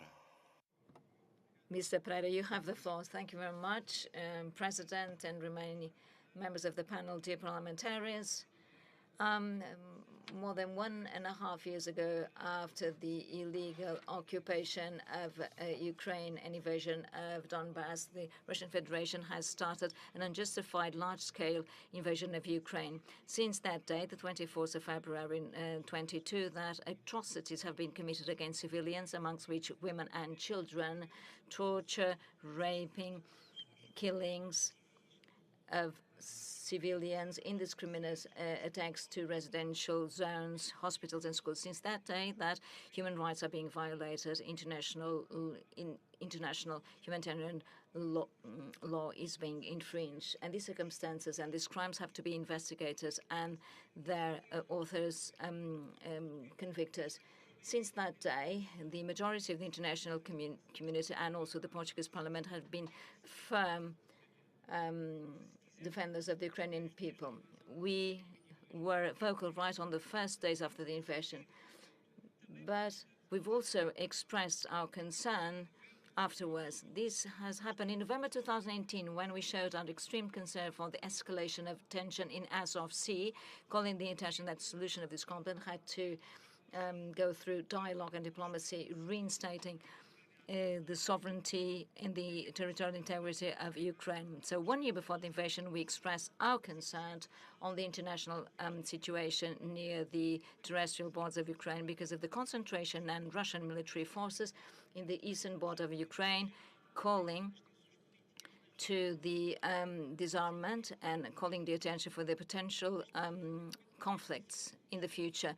The Portuguese Parliament has been unequivocal in its support to Ukrainian people with a staunch support of the majority of our parties. The Ukraine was also in our agenda. In 2022, we condemned the criminal, unjustified and unprovoked invasion of Ukraine by Russian Federation. We express our vehement condemnation for the escalation of the war and for the aggravation of the aggression and for the repression in this country, as well as to the expansionist actions of the President Putin in disrespect for all the international rules. We condemn the massacres committed in the Busha, and we support the EU and Secretary General initiatives to start analyzing the circumstances of this crisis. After 1 year has gone by after these massacres of civilians, we have congratulated Ukraine on the liberation of Busha, and we'd also like to remind all the massacres which have taken place in Ukrainian soil since the beginning of the nation, the attack of the Central Power of Kakhovka and the dramatic humanitarian environmental consequences, and we condemned them since the first moment. And most recently, last month, we condemned the regional elections promoted by Russian Federation in the Ukrainian territory temporarily occupied. This is a blatant infringement of the international law and an attack against the integrity of Ukraine. The clearness of the Portuguese position is very clear from the first moment, is absolutely unequivocal. We'd like to complement the ability of Ukraine to resist against the invader. It's a struggle which not just represents its defense, but defense of human rights, of the rule of law, pillars of democracy. As parliamentarians, it is our duty today more than ever not to forget the pain, the suffering, the struggle of the Ukrainian people. It is our duty to use all the instruments at our disposal to keep on manifesting our total solidarity with the Ukrainian people and Ukrainian authorities to defend their territorial integrity and the sacred right to freely decide on the destiny within Europe that they want to belong, the Europe of democracy and Europe of peace. Thank you very much. With my excuses now, I will give the floor to Mr. Farakru from Bahrain. Please, you have the floor. Thank you, Mr. President. I will be focusing on 4 main topics. In the Kingdom of Bahrain, we have sought to work on these 4 topics. In Kigali, we spoke of gender equality. In Bahrain, the Shura Council and the House of Representatives work hand in hand in order to make sure that all legislations that are passed in Bahrain seek to achieve gender equality. We established committees fully dedicated to equal opportunities and gender parity. In Parliament and in all ministries, we have a very strong relationship of cooperation with the Women's Council in Bahrain in order to guarantee gender equality is respected in all sectors at equal footing. Recently, Mr. President, the number of women represented in the Shura Council reached 25% of the overall membership, whereas in the House of Representatives it was about 20%. This has achieved 22% of women representation in the legislative branch, which is a very good percentage compared to other countries. Now, when it comes to peaceful coexistence, throughout the past years, we've been endeavoring to consecrate the idea of peaceful coexistence in the Bahraini society. As you may know, the Constitution of Bahrain stipulates for the freedom of belief and the freedom of ritual practices for Muslims and for other religions equally. Our Constitution has also granted wide prerogatives and wide margins of freedom for all groups to practice their beliefs without any restrictions. In the past 3 years, we worked on issuing a law that criminalizes offending religions and blasphemy. We also launched a number of initiatives to strengthen peaceful coexistence between religions through the King Hamad Center for Peaceful Coexistence. Now, Mr. President, as you can see on the screen, this is a photograph that was taken during His Holiness Pope Francis's visit to Bahrain last year. And I think you were there, Mr. President. Now, when it comes to decisions and rulings on fighting cybercriminality, Bahrain allocates a great deal of importance to this endeavor. We established a national cybersecurity center last year. We have also devised a national strategy for national cybersecurity. By passing laws and legislations, most important of which the law on the protection of personal data and the law on the criminalization of cybercriminality, we were able to join over 40 international instruments, including conventions, in the past 4 years. Now, when it comes to fighting climate change, Mr. President, for the first time in Bahrain, a ministry was established and dedicated to the environment. It cooperates with the Higher Environment Council of Bahrain. It also cooperates with other committees that are involved in the fight against climate change and that are affiliated to the Shura Council and the House of Representatives. Last year, we established a national policy to achieve zero emissions and carbon neutrality by 2060. We also achieved a progress of 38% 30%. In our agenda for carbon neutrality, this is an agenda that we had adopted for the year 2035. We partook in a number of international and regional events. Last year, we passed a new law on the protection of the environment and on the fight against climate change. Thank you, Mr. President. Thank you also, Mr. Farakru, and also for the spirit of tolerance we found in Bahrain when we had our assembly there, and it was possible to everyone to see the real situation of Bahrain, not sometimes what we have on the news. So thank you for your invitation to go there. It was a pleasure to be there. And now from Guinea, Mr. Fadi Abald. Merci, monsieur. Thank you, sir. Thank you for giving me the floor. In terms of the Republic of Guinea, we draft a report after each General Assembly, which is submitted to the Transition Council. The report is discussed in plenaries, and it is sent on to standing committees. The President of our Parliament is keenly interested in IPU decisions, and he recently set up a committee which follows up the implementation of decisions and resolutions adopted by the IPU. This committee is chaired by the 10th Vice President, Vicente. The committee monitors the implementation of resolutions.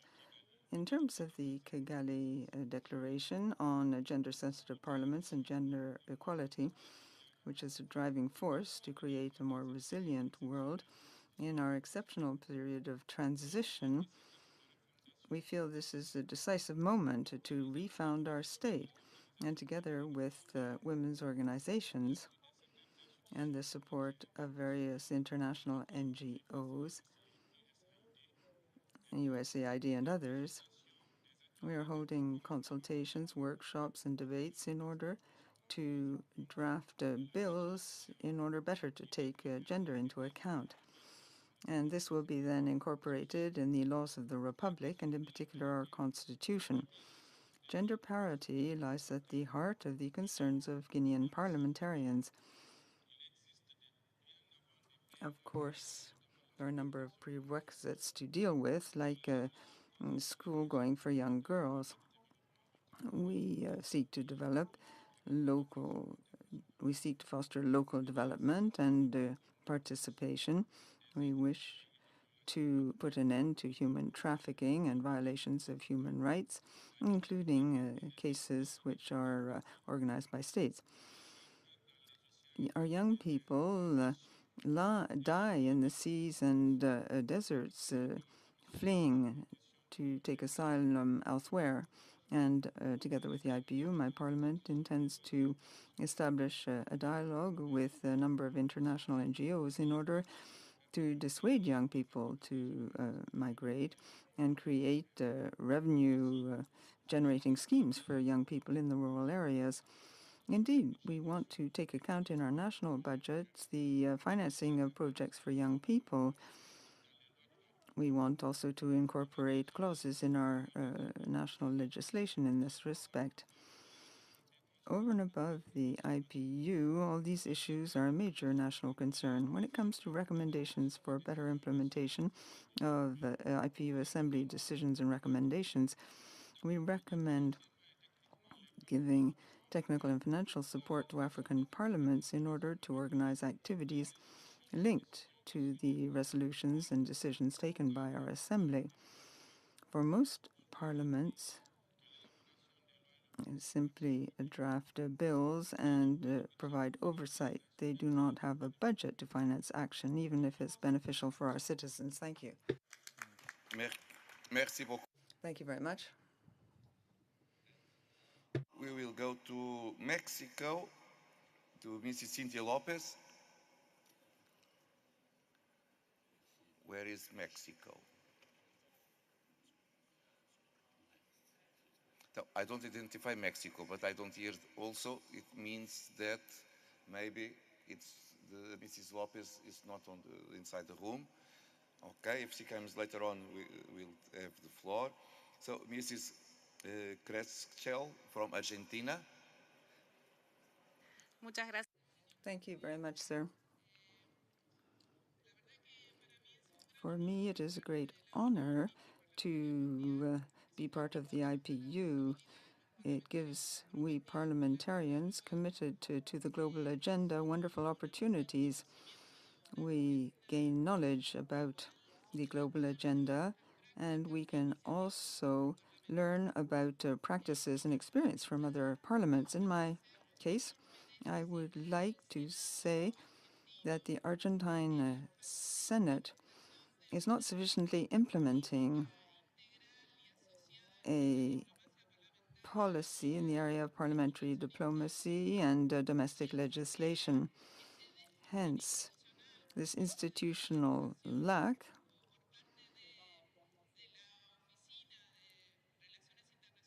on the level of international relations, we have to make up for this as legislators who we come to the IPU, and we must be the spokesman for these various initiatives. In my particular case, when it comes to decisions and resolutions approved at the last assembly, which was held in Bahrain, I had an opportunity to present initiatives on all these matters, in particular humanitarian issues linked to the Russian invasion of Ukraine. But here again, I worked on humanitarian topics linked to human rights of parliamentarians as well. Given the serious situation facing parliamentarians in Afghanistan, we are taking measures to try and issue some kind of humanitarian visas. We've also worked on humanitarian visas for displaced persons. We believe that the work we must carry out will consist in incorporating new clauses in our domestic legislation, and also we need to undertake greater activities in these areas. We would like to thank the Secretariat of the organization, which provides us with so many tools and fosters good parliamentary practice. Of course, I am deeply committed to representing the IPU in our National Congress, and I believe that we can truly incorporate all the matters decided on by the IPU in our domestic policy. I'm grateful for all the support provided by the organization. We feel these discussions are extremely valuable when it comes to making progress on these very important global issues. Thank you. Muchas gracias. Thank you very much. Thank you for this statement. Mr. Ulrich Letsch, you have the floor. Dear Duarte, Mr. President, dear Martin, dear Secretary General, first information, Cynthia is on her way to do her report. And I'm delighted to present an initiative at the German Bundestag, the Parliamentarians Protect Parliamentarians program. In 2003, the German Bundestag launched the campaign Parliamentarians Protect Parliamentarians. In doing so, it is implementing the commitment it made within the framework of the IPU to contribute to the protection and promotion of human rights. The basic idea is that parliamentarians who can exercise their mandate in safety help foreign colleagues and human rights defenders who are at risk. Members of parliament have a network of international contacts that they can use for the benefit of their colleagues at risk. And so not only members of the Committee on Human Rights and Humanitarian Aid, but also numerous members of parliament with other professional focuses have already taken on sponsorship within the framework of Parliamentarians Protect Parliamentarians in the past election periods. The German Bundestag's Parliamentarians Protect Parliamentarians campaign is a strong sign of solidarity between German and foreign politicians and human rights defenders, and an important contribution to a credible human rights policy of the Federal Republic of Germany. In total, 95 members of the German Parliament have currently adopted a total of 187 people of 43 countries as part of our program. And ultimately, protecting those who courageously stand up for their own and other human rights is one of the most important tasks for us parliamentarians. Human rights are nothing less than the foundation for peace. Without respect for human rights, peace can never be secure.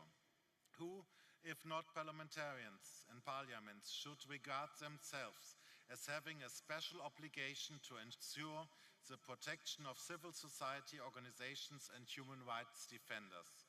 I call on every parliament on the IPU to establish a mechanism to systematically monitor human rights violation and take action where help is needed. Only together we parliamentarians can assert and defend human rights. Who else will and should defend the defenders? Take part in that, all of you. And at last, I would like to say some personal sentences. Dear Duarte, it was a pleasure to serve the last 3 years with you on several occasions all around the world. You were a wonderful president, and it was not as easy to hold all of us together, and I'm pleased that you were for 3 years our president, and I will have a chamber in my heart always free for you. Big hug from Germany for the good work you did for all of us. Thank you very much. Thank you also for these nice words, but I will second, when it comes from a friend, you need to give a discount. And now to go to Thailand, Mr. Anusart Suwanmongkol.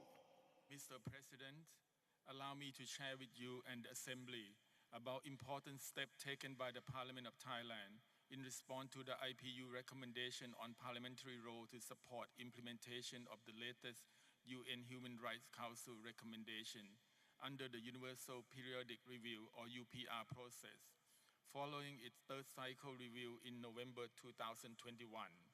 Firstly, after receiving the IPU recommendation in October last year, the Speaker of Parliament of Thailand has referred the matter to the Foreign Affairs Committee and Human Rights Committee of both houses to be duly processed without delay. As a consequence, a committee inquiry was held earlier this year in February by the Standing Committee on Foreign Affairs of the lower house to investigate this matter by summoning relevant authority responsible for drafting UPR national report, namely the Ministry of Foreign Affairs, the Ministry of Justice, and the National Human Rights Commission to give briefing to be inquired on the Thailand UPR reporting under the third cycle. In light of Thailand midterm reporting, the committee made key suggestions and input for the agency concerned to come up with concrete UPR national action plan and identify specific law of priority that require parliamentary action to ensure more robust preparation of national report as well as implementation follow-up of the UPR recommendation. Secondly, in January this year, the Senate Standing Committee on Human Rights, Liberties and Consumer Protection has requested the update with regard to UPR from the Thai government, while providing its comment on parliamentary monitoring of the progress made in the implementation of UPR recommendation and convey the committee inquiry key takeaway to the Prime Minister, which emphasized the need to meaningfully and systematically engage relevant stakeholders, including the Parliament and its committee, in all stages of UPR national consultation mechanism.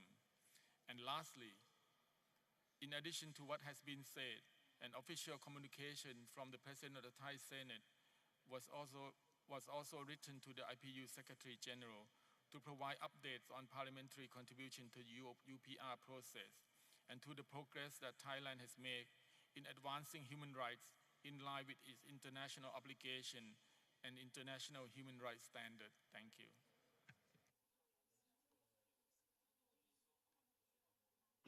Thank you. And now the floor goes to Mrs. Lassi from Morocco. You have 2 minutes. شكراً. Thank you very much. When it comes to the activities that are undertaken in implementation of IPU resolutions and decisions when it comes to gender equality, the Moroccan Parliament has attended the 144th IPU Assembly, and the recommendations and resolutions that came out of that conference were fully in line with our approach in Morocco on gender equality and gender partnership. We turned these resolutions and decisions into legislation. This expresses Our Majesty the King's vision of women equality and women participation in Morocco. Now, when it comes to cybercriminality, we launched the Moroccan program for cybersecurity in order to improve the capacities of the Moroccan state in this regard. And the Moroccan Parliament has passed a number of penal and criminal sanctions. We also passed a law on negative carbon print in forests, in line with our endeavors to achieve the set target in this regard. Now, when it comes to forest protection and treating problems pertaining to forests, reforestation, and rationalizing our water policies, we have exerted a lot of efforts in this regard. Morocco is no longer only a passage country or a country of transit. It is now a destination for migrants. We have established a wide range of services in the field of health, education, and employment for migrant workers. We adopted a law on countering human trafficking. Now, finally, in order to promote peaceful coexistence and combat radicalization and intolerance, we have always been and will always be the land of coexistence, peaceful coexistence and cooperation between religious communities. His Majesty, has launched an initiative that promotes and enhances peaceful coexistence. The latest parliamentary conference on the dialogue of civilizations and religions under the auspices of the IPU in Marrakesh is the greatest testament of Morocco's tendency towards promoting peaceful coexistence, and it attests to the success of high-level conferences held in Morocco, the land of plurality, the land of success, and the land of tolerance. We just hope that other recommendations issued by this conference will also be implemented. Thank you.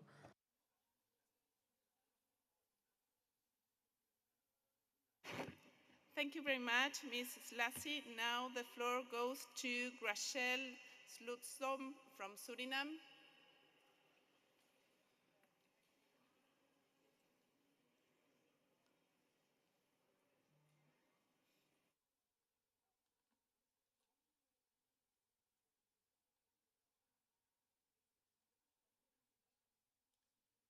Okay, so seems that she's not here. So we are. The floor goes to the Speaker of Guyana, Mr. Nadir. Thank you, Excellency.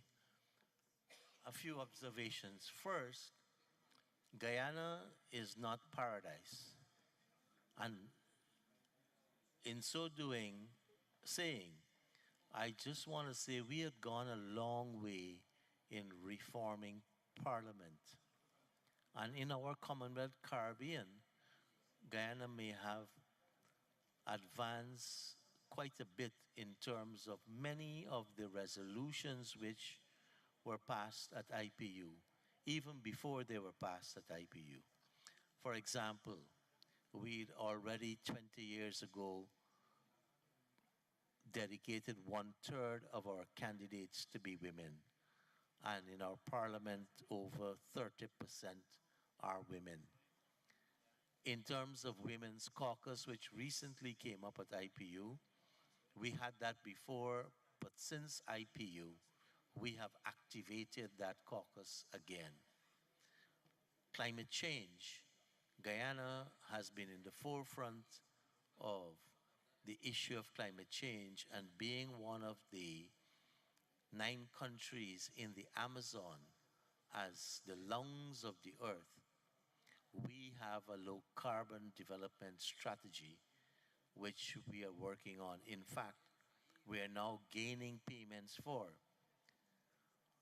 The other challenge we have as a parliament, and most Westminster's parliament have this, is that resolutions have to come out of the members of parliament.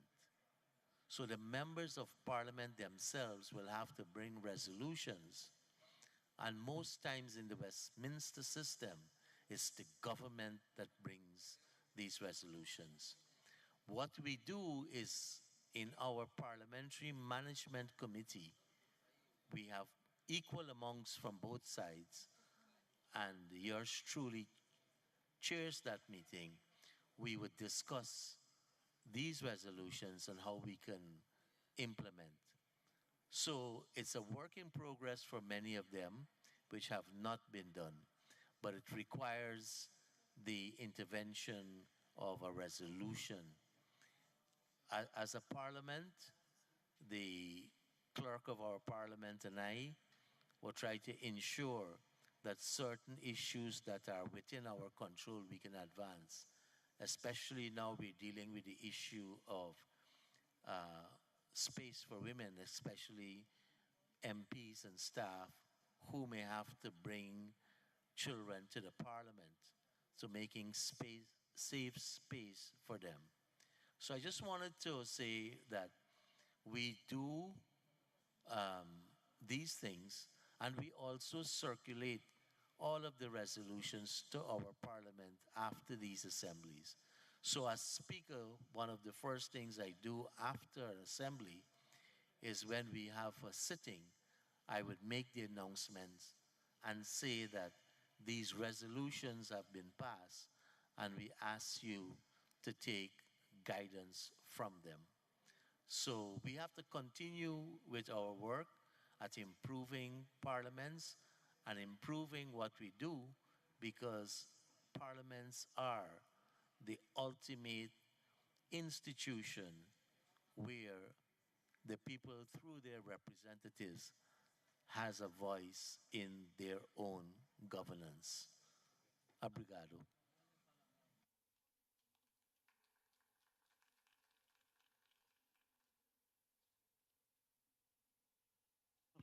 Thank you very much, Mr. Nadir. Now the floor goes to Mr. Mohit Pramanik, is the IPU Observer, Partnership from Maternal, Newborn and Child Health.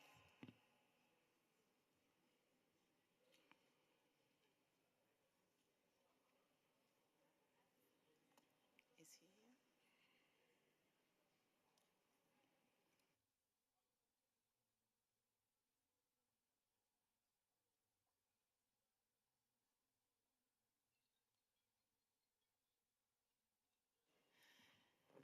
It seems that he's not here. Oh, are you there? Okay.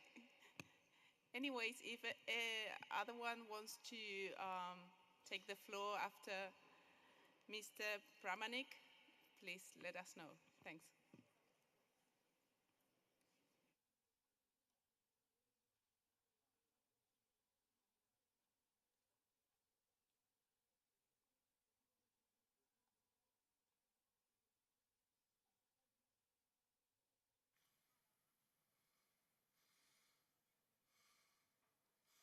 Good afternoon.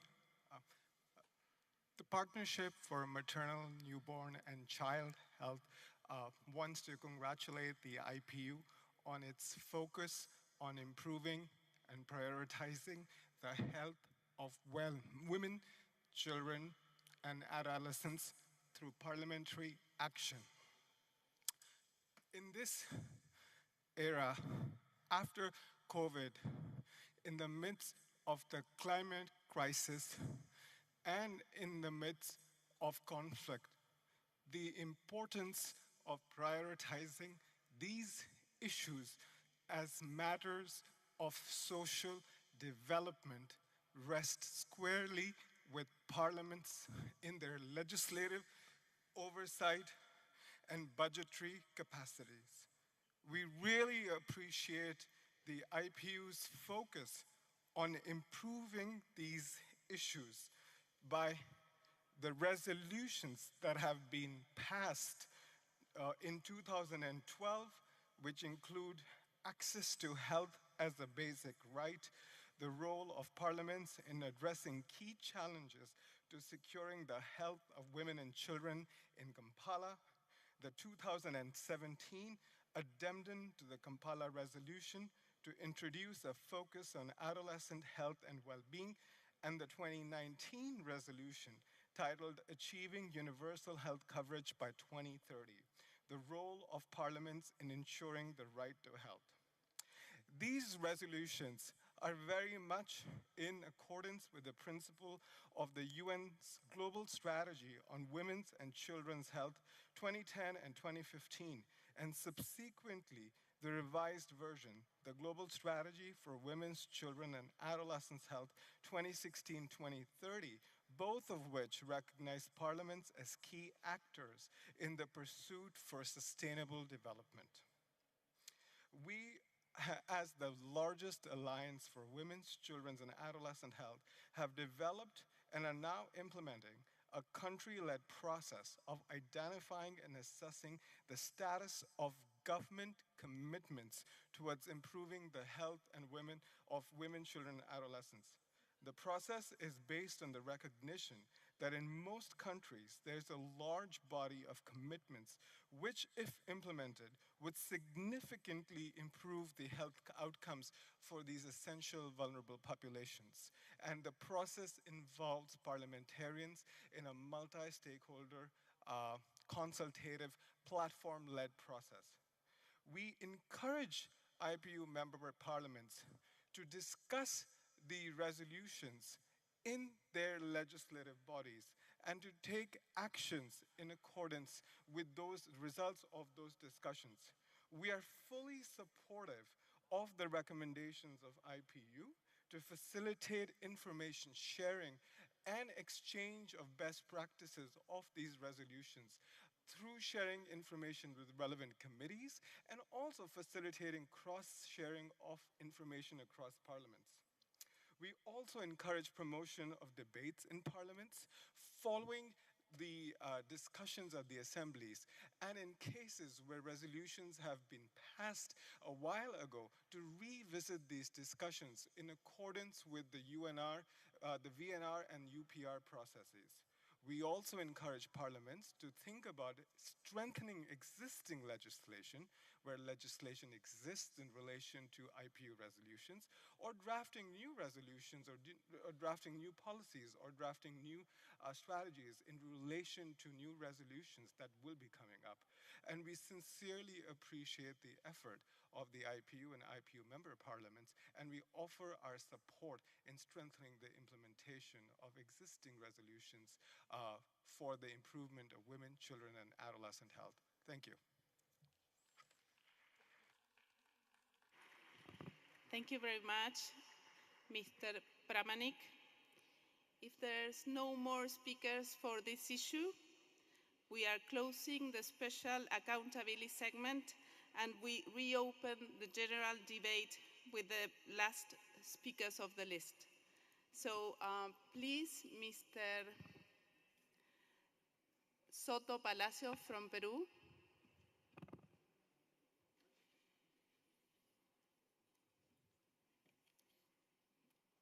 You have 2 minutes.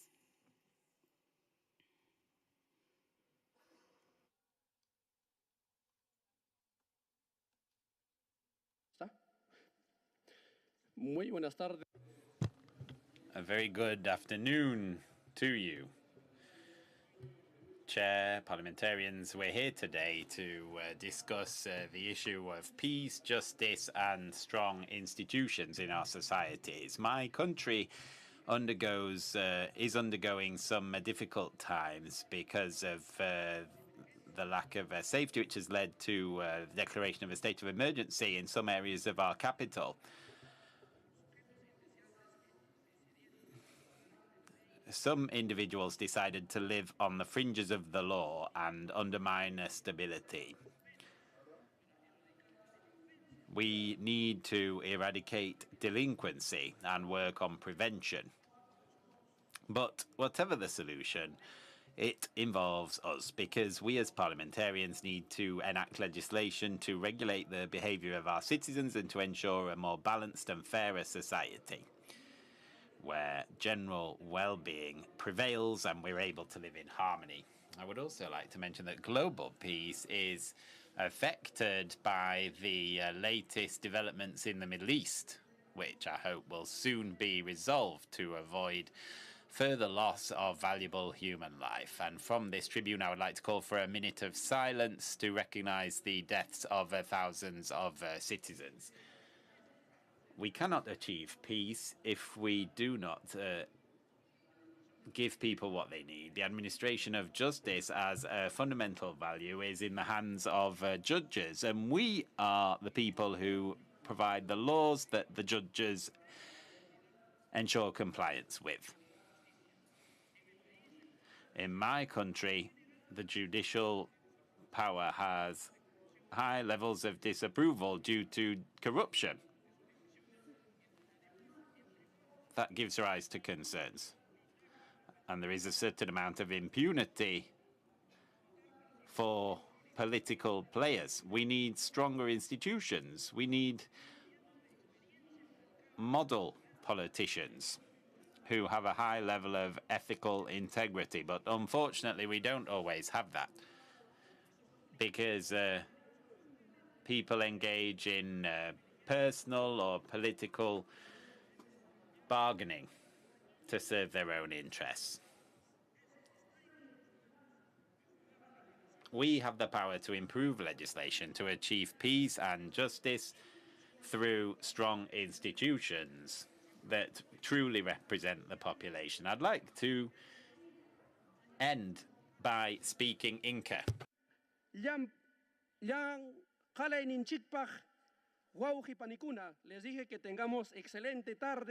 I hope you have a good afternoon, ladies and gentlemen. Thank you very much, and long live Angola. Thank you very much, Mr. Soto Palacios. Now we invite Mr. Ritter from Mexico. You have 2 minutes.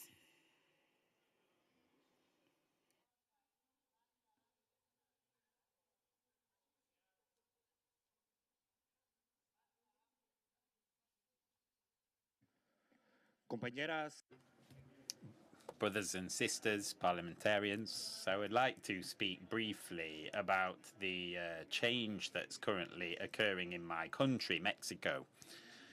For 5 years now, the President López Obrador began a transformation that, among other things, is placing young people at the center of our country. We are now seeing a generational transition in politics in my country. It's clear that from one day to the next, young people are being more involved than ever in what's happening in our country and around the world. We are trying to raise our voices to speak out against climate change, principally, as well as war, the need to protect human rights and injustice. Increasing numbers of young people are in government positions and serving as legislators. For example, 13 of my colleagues began this legislative session with less than 29 years of age, and the second highest ranking person in the federal government is only 36 years old. She is the youngest in the history of our country. She's also a woman. And I'd like to mention that next year we will have a female President of the Republic, Claudia Sheinbaum Pardo. So I am in no doubt that with her at the helm, Mexico will go far. And we will also have a generational transition in consolidating the transformation of my country. In our current legislative session, we've approved a reform so that Mexican citizens of 18 years and older are able to serve as deputies. That's evidence of the fact that the government and the next government both want more young people to be representing the population and taking decisions. The world and humanity need new ideas and a new perspective based on freedom, human rights, and above all, empathy to tackle global challenges. I can only think that young people are ready to lead my country, Mexico, and the world into the next chapter of its history as we look towards a more sustainable future. Thank you. Thank you very much, Mr. Ritter. Now the floor goes to Mujamba Furaha from the Democratic Republic of the Congo.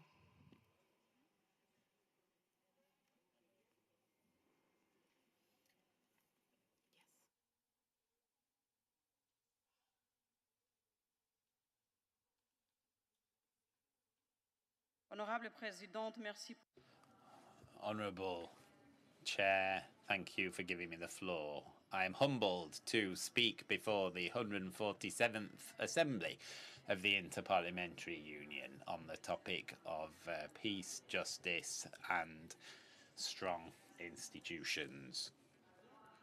Here in Luanda, Angola, we thank the host country for its legendary hospitality, which is the pride of all of Africa, and we thank the Angolan Parliament. Long live the country of Agostinho Neto. I'm from the Democratic Republic of the Congo, and in Angola today we see a country that was ravaged by war but that has been transformed to become stable. Seeing that, I harbour the hope that my country, the DRC, will one day be able to enjoy its own effective development, of course with political will and a restoration of good governance. As I come here today, due to the ongoing conflict and the multiple aggressions of neighbouring countries through armed groups. 6 million Congolese people have been subjected to internal displacement. Women have been raped and forced out of their houses and their villages to go to unfamiliar, hopeless places. They've had to travel without humanitarian aid, and that's urgent for them because women and children are the most vulnerable members of the population, and they find themselves in a situation that runs counter to international humanitarian law. This needs to end, madam. The international community should impose penalties on states that are carrying out these acts against the Democratic Republic of the Congo. I won't speak here of peace without referring to the conflict between Israel and Palestine that has tragically cost thousands of people's lives, including innocent children. It's important to re-establish responsibilities by applying United Nations resolutions. All parties to the conflict should allow peace to prevail over violence. In many of our states, ladies and gentlemen, populations have lost confidence in the governing powers, and that's the case in the DRC as well.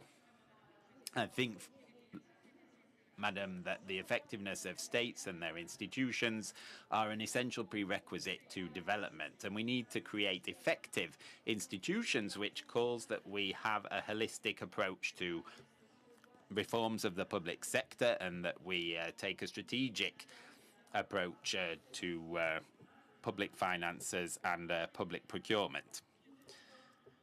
Under the rule of law, all countries should act within the limits of the law, because the notion of the rule of law refers to a process by which legislation is transparent and pluralist and accountable as well. The judiciary can only be effective if true access to independent judicial institutions is available and powers are truly separated. The rule of law means that each individual should enjoy equal protection under the law, and that there should be no arbitrary use of power by the authorities. In conclusion, madam, we should guarantee protection of civil rights. We all have a responsibility as parliaments of the world to provide adequate governance. Thank you. Thanks.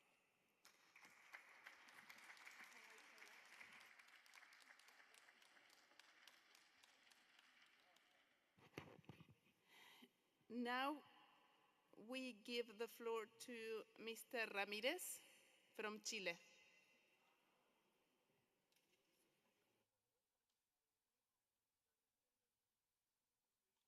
Gracias, Presidente. Thank you. Being a young person and not being a revolutionary is an ideological contradiction. Thus spake Salvador Allende in Guadalajara. I think that's a more relevant motto than ever. We have now seen 50 years go by since the coup d'etat that did away with the revolutionary government in our country. And this gives us inspiration as young parliamentarians and feeds into what we should be doing in our work, because young people are not just in a temporary phase of their lives. Youth is a political and social construction. It goes hand in hand with profound social changes, therefore revolutionary changes.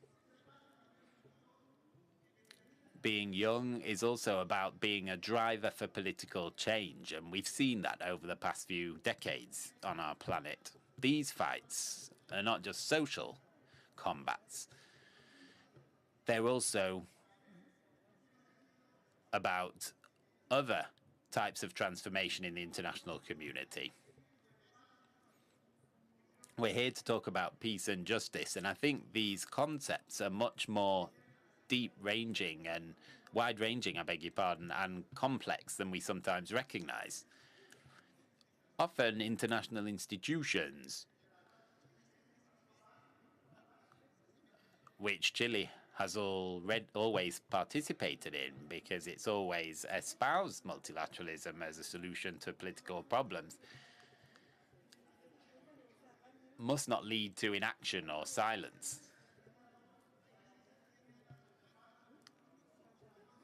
Today, countries use embargoes and blockades as a way of exerting pressure on other countries. That's the case not only for Cuba, but also for Venezuela.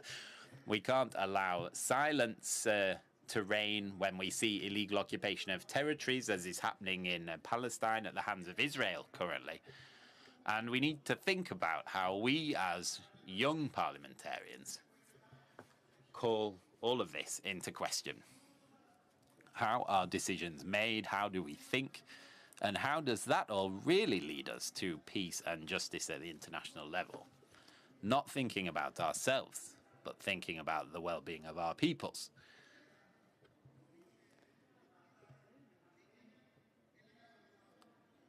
That is the continuation of our fight, as they say in Angola. Thank you.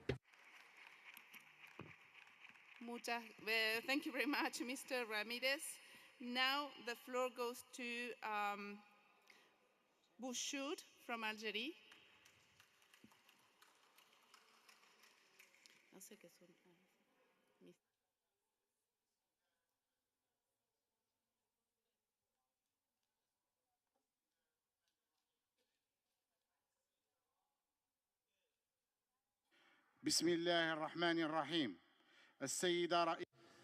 In the name of God, the merciful, the compassionate, Madam, ladies and gentlemen, I bring greetings from a young parliamentarian who believes in peace, who is standing before you. And I bring greetings from the land of peace, Algeria, my country, which paid the price of 1.5 million martyrs for the prize of peace.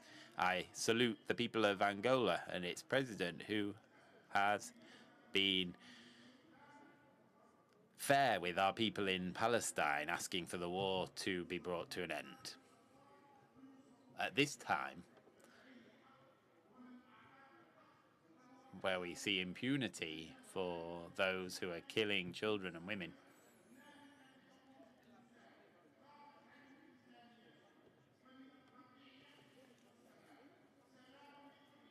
we've seen impunity from the former settlers. And I thank everyone at this assembly who voted for peace and for the rights of Palestinians to life and land. I greet all the peoples of the world who have shown that they can raise their voice to speak out for a people that is undergoing an untenable situation. Many countries of the world do not want peace. They attach very little importance to that.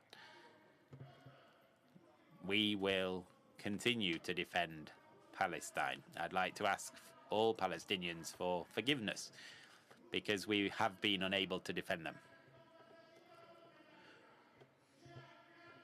We are asking for the destruction of their houses and their places of worship to come to an end.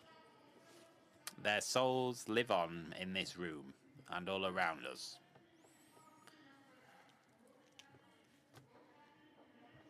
I ask all of you to work towards peace in Palestine. Finally, I'd like to repeat: land or death. Thank you very much, Mr. Bouchou. Now, we invite Mrs. Lassie from the Socialist International. You have 3 minutes.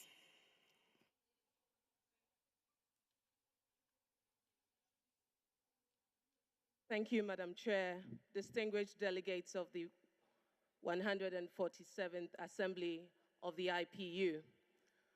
I bring you warm greetings from Prime Minister Pedro Sanchez of Spain, the President of the Socialist International, and our entire Presidium. It is an honor to address you as the Secretary General of the Socialist International, a global political organization committed to advancing democracy and progressive ideals of social justice, human rights, and economic equality. It is with a great sense of urgency and responsibility that I address the IPU Assembly to underscore the critical need for strengthening international cooperation and in addressing our challenges and reforming our global governance system. The challenges that confront us today are more complex, interlinked, and daunting than ever before. Inequalities persist, threatening of our fabric of society. Climate change is an existential crisis demanding global solidarity. The ongoing disregard for human rights remains a stain on our collective conscience. The war in Ukraine, the escalating conflict in Gaza, the democratic crisis in the Sahel, the increasing insecurity in the Horn of Africa and in the DRC, and the list goes on. In the face of these challenges, the global governance system that we have relied on for decades is showing signs of strain and inadequacy. To address the pressing issues of our time, we must strengthen international cooperation. We must commit to the principles that underpin the United Nations and other international organizations, the principles of cooperation, diplomacy, and multilateralism. These principles have served as the cornerstone for peace and stability for decades, and now more than ever, with our we need them to work and achieve concrete results and find solutions to today's problems. Delegates, today's global governance system itself requires reform. It must become more inclusive, transparent, and more responsive. Our institutions must reflect the diversity of our world, allowing all nations, large or small, to have a meaningful say in shaping global policies. The Global South The Global South's voice must be amplified and its interests must be upheld. Madam President, the challenges we face do not recognize boundaries and they do not recognize party lines. They require us to work together for the greater good of humanity. As parliamentarians and leaders, we must have the responsibility of our constituents and the world at heart. We must be the voice of reason and compassion, advocating for a world where dignity, opportunity, and justice are accessible to all. Madam Chair, we must recognize that reforming the global governance system and strengthening international cooperation is not an option, it is a necessity. Our shared future depends on it, and so let us work together across borders and ideologies to create a world that is fair, just, and equitable. The time for action is now. I thank you. Thank you, Ms. Lassie. Now the floor goes to l'Assemblée parlementaire de la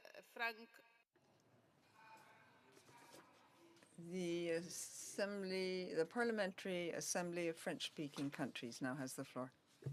And we invite, Mr. Valli. Merci beaucoup.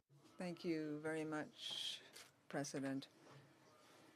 Speakers, dear colleagues, may I first of all, on behalf of the Parliamentary Assembly of French-speaking countries, may I say I'm very pleased to address you here. First of all, I would like to thank the Speaker of the National Assembly, the authorities and the people of Angola who have given us such a warm welcome throughout the week. I'd like to thank Duarte Pacheco for his presidency as well at the head of the IPU. Over the past few years, there have been more and more acute conflicts and crises, particularly in Africa, and the Parliamentary Assembly is very worried. We have to take initiatives to refuse any fatality when it comes to calling into question parliamentary democracy. Swathes of young people lack prospects, be they economic or social. Our assembly brings together 92 parliamentary sections in the French-speaking world, and it shoulders its responsibility through 3 lines of work. First of all, we maintain channels of communication with parliaments in transition. We also undertake cooperation for the sake of parliaments. We reinforce our participation in parliamentary democracy. A number of parliaments have been suspended following coups d'état that took place this summer. Contrary to the IPU, we are subject to the Bamako Declaration. If democratically elected parliaments are dissolved, we find ourselves in a critical situation. We maintain channels of communication with governments in transition in order to return to democracy. We also convene regional meetings. We would like to thank all the parliamentarians who are deeply involved in this fraternal dialogue, and we hope that in the future the institutional life of the Assembly will be complete once again when all the parliaments in Africa are up and running. We hold seminars to strengthen capacity. We finance a number of workshops and internships for civil servants. We know there is continuity between parliamentary administrations and political regimes. Improving the skills of civil servants in parliaments in transition makes it possible to prepare for the future parliaments, which are the result of pluralistic elections. And finally, the Assembly has endowed itself with the means of becoming more engaged on the diplomatic scene in order to provide a double added value, as it is both a French-speaking and a parliamentary group. We parliamentarians must obstinately defend our legitimacy alongside the executive. We must conduct diplomatic measures. we all call for stronger common cooperation between the IPU and the APF in order to build and implement a dynamic and synergistic parliamentary activity. We would like to see more activities with the IPF and inter-regional and regional parliamentary entities. Let us pool our analyses and ensure that parliaments carry more weight on the geopolitical scene in the service of democracy, peace, development, and inclusiveness, particularly in terms of women and young people, because together we will be stronger for the sake of the populations we represent. Thank you for your attention. Thank you very much. Now we have Denmark with Mr. Langhoff. You have 5 minutes.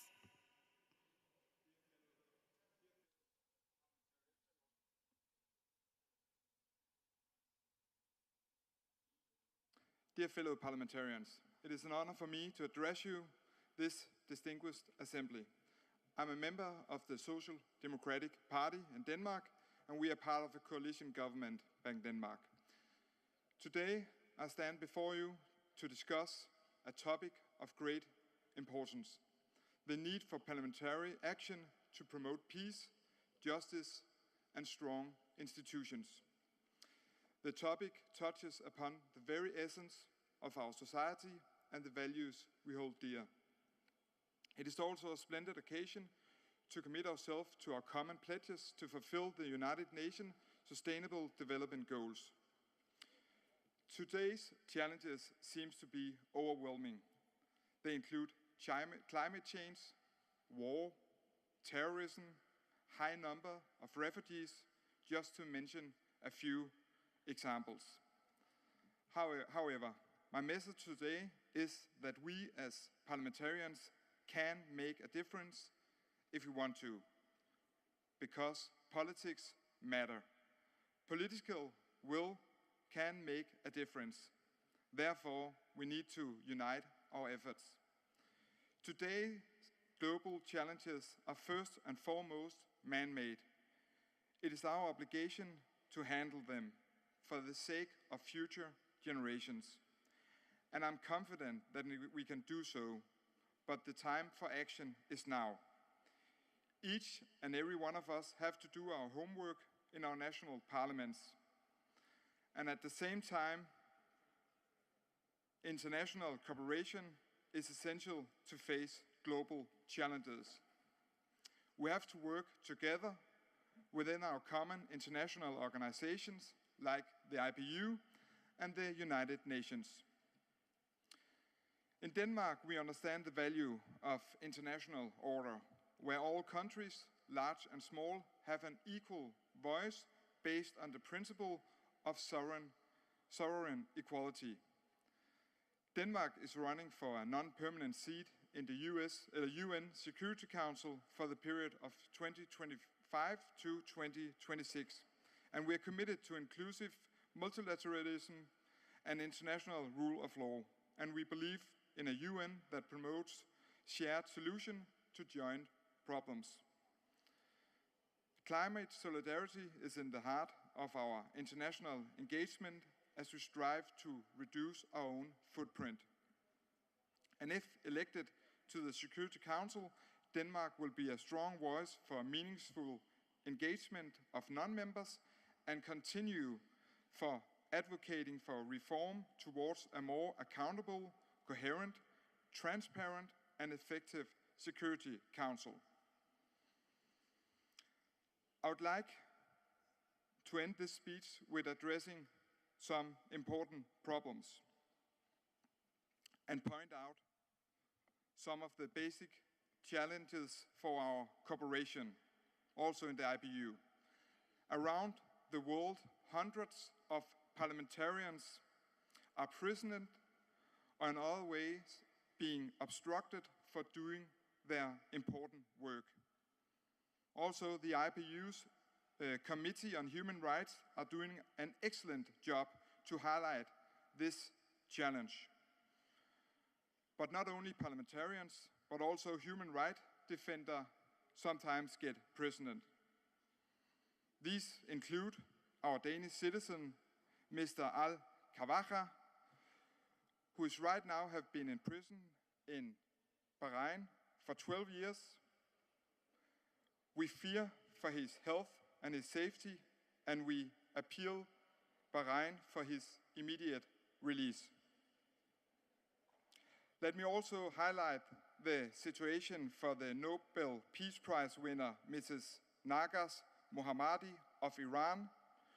Her brave struggle against the oppression of women in Iran and a fight to promote human rights have come with tremendous cost. She has been sentenced to a total of 31 years in prison in Iran. We also appeal to Iran for her immediate release. I also, at the end, want to express my full support for the Ukrainian people who is suffering from Russian aggression and right now defending their country very bravely. Mr. Putin, I appeal to you that you pull out your troops out of Ukraine so we can end this war now. Thank you very much. Thank you, Mr. Langhoff. Now the floor goes to Guyana. Mr. Nandal, please. That's it.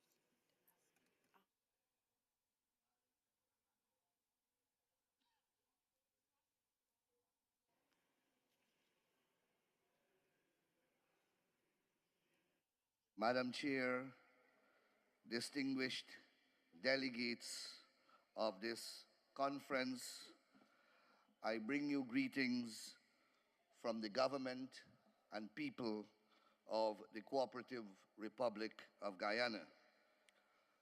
Parliamentary action for peace, justice, and strong institutions, the theme under which this conference is being held, is most opportune in today's world. For only when there is justice, there will be world peace. Here I speak of legal, social, and ecological justice. Justice is guaranteed by the rule of law, and it is strong institutions that ensure the maintenance of the rule of law. The alternative is anarchy, war, and human degradation.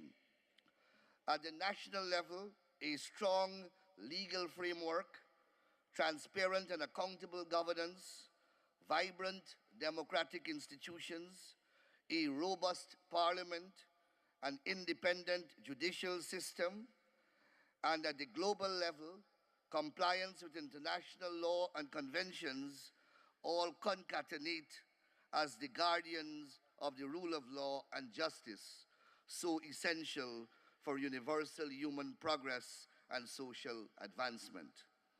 Nationally and internationally, public institutions must be adequately resourced, and those who man them must discharge their functions faithfully and fearlessly. It is only then that they will be able to attract and enjoy public trust and confidence.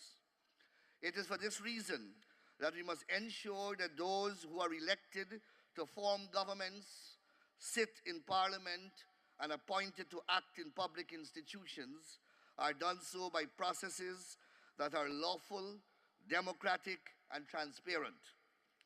Those who attempt to corrupt and pervert these processes are enemies of human progress and must be dealt with as condignly as possible. If these basic but yet fundamental requirements are met, these institutions shall ensure and guarantee respect for human rights and freedoms. They will swiftly resolve disputes in accordance with law and fundamental justice. In short, they will secure the rule of law and deliver human progress. Nationally, government and parliament alike must also ensure access to justice. Justice must not only be available to the rich and the powerful, but must be equally available to the poor and the indigent. States must therefore strive not only to ensure the availability of institutions of justice far and wide, but must also strive to ensure that citizens have access to these institutions. The justice system itself must not be cumbersome, but simple to engage. It must not be a cloistered virtue, but must suffer the scrutiny and fair criticism of the ordinary man. Globally, nation-states must comply with international law, agreements, and conventions, and must be bound by decisions and processes of international organizations such as the United Nations and the International Court of Justice. Much have been said about the war in Ukraine, the conflict in Gaza, and conflicts elsewhere. However, I wish to place on record a situation which is evolving in my country, Guyana. The Republic of Venezuela proposes to pass a referendum in that country on the 3rd of December 2023, seeking to annex to Venezuela more than 2/3 of Guyana's sovereign territory.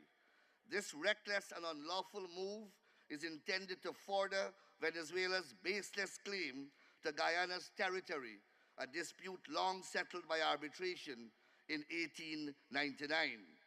Venezuela perseveres with this illegal conduct, despite that this issue is pending between the two states at the International Court of Justice upon the direction of the United Nations Secretary General. Actions like these not only undermine public institutions, but engender conflicts and violate the very thematic fundamentals of this conference.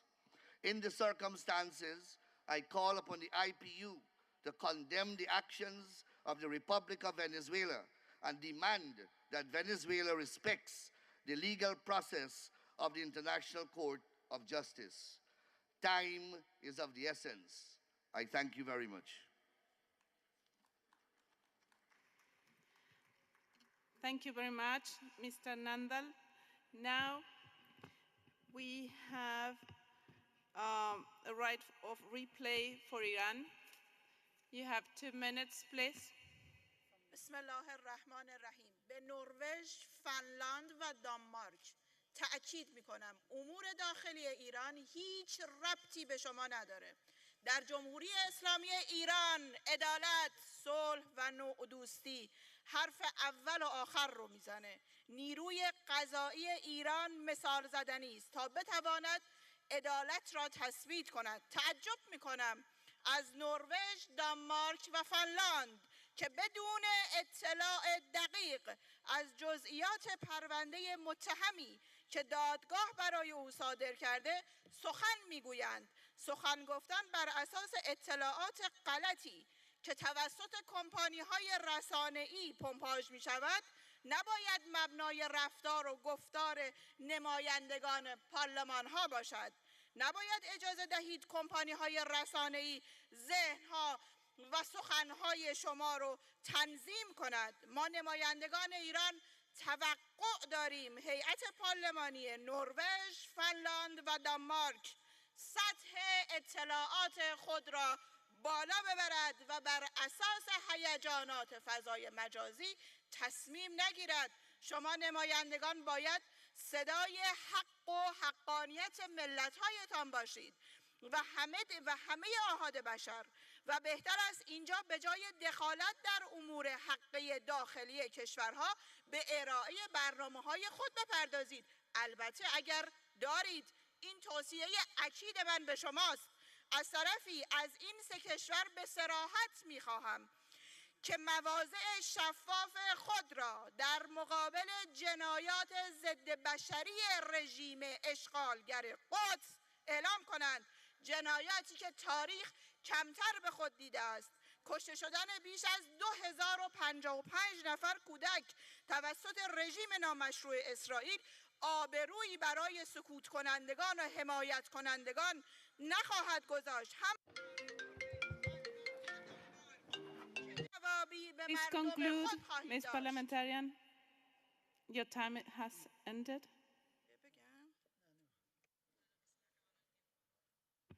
Thank you very much. Before we close the session, let me make two announcements. From Ms. Kilamba from the Angola delegation, he wants to remember to the young MPs that he waits for you at the invitation, that at the place that you have an invitation with all the information. So it's right now after the session. And the other important announcement is that we meet tomorrow at 9 with the Governing Council, and remember that we have the elections for the president, so please be here at 9. Thank you very much, and now we close the session today.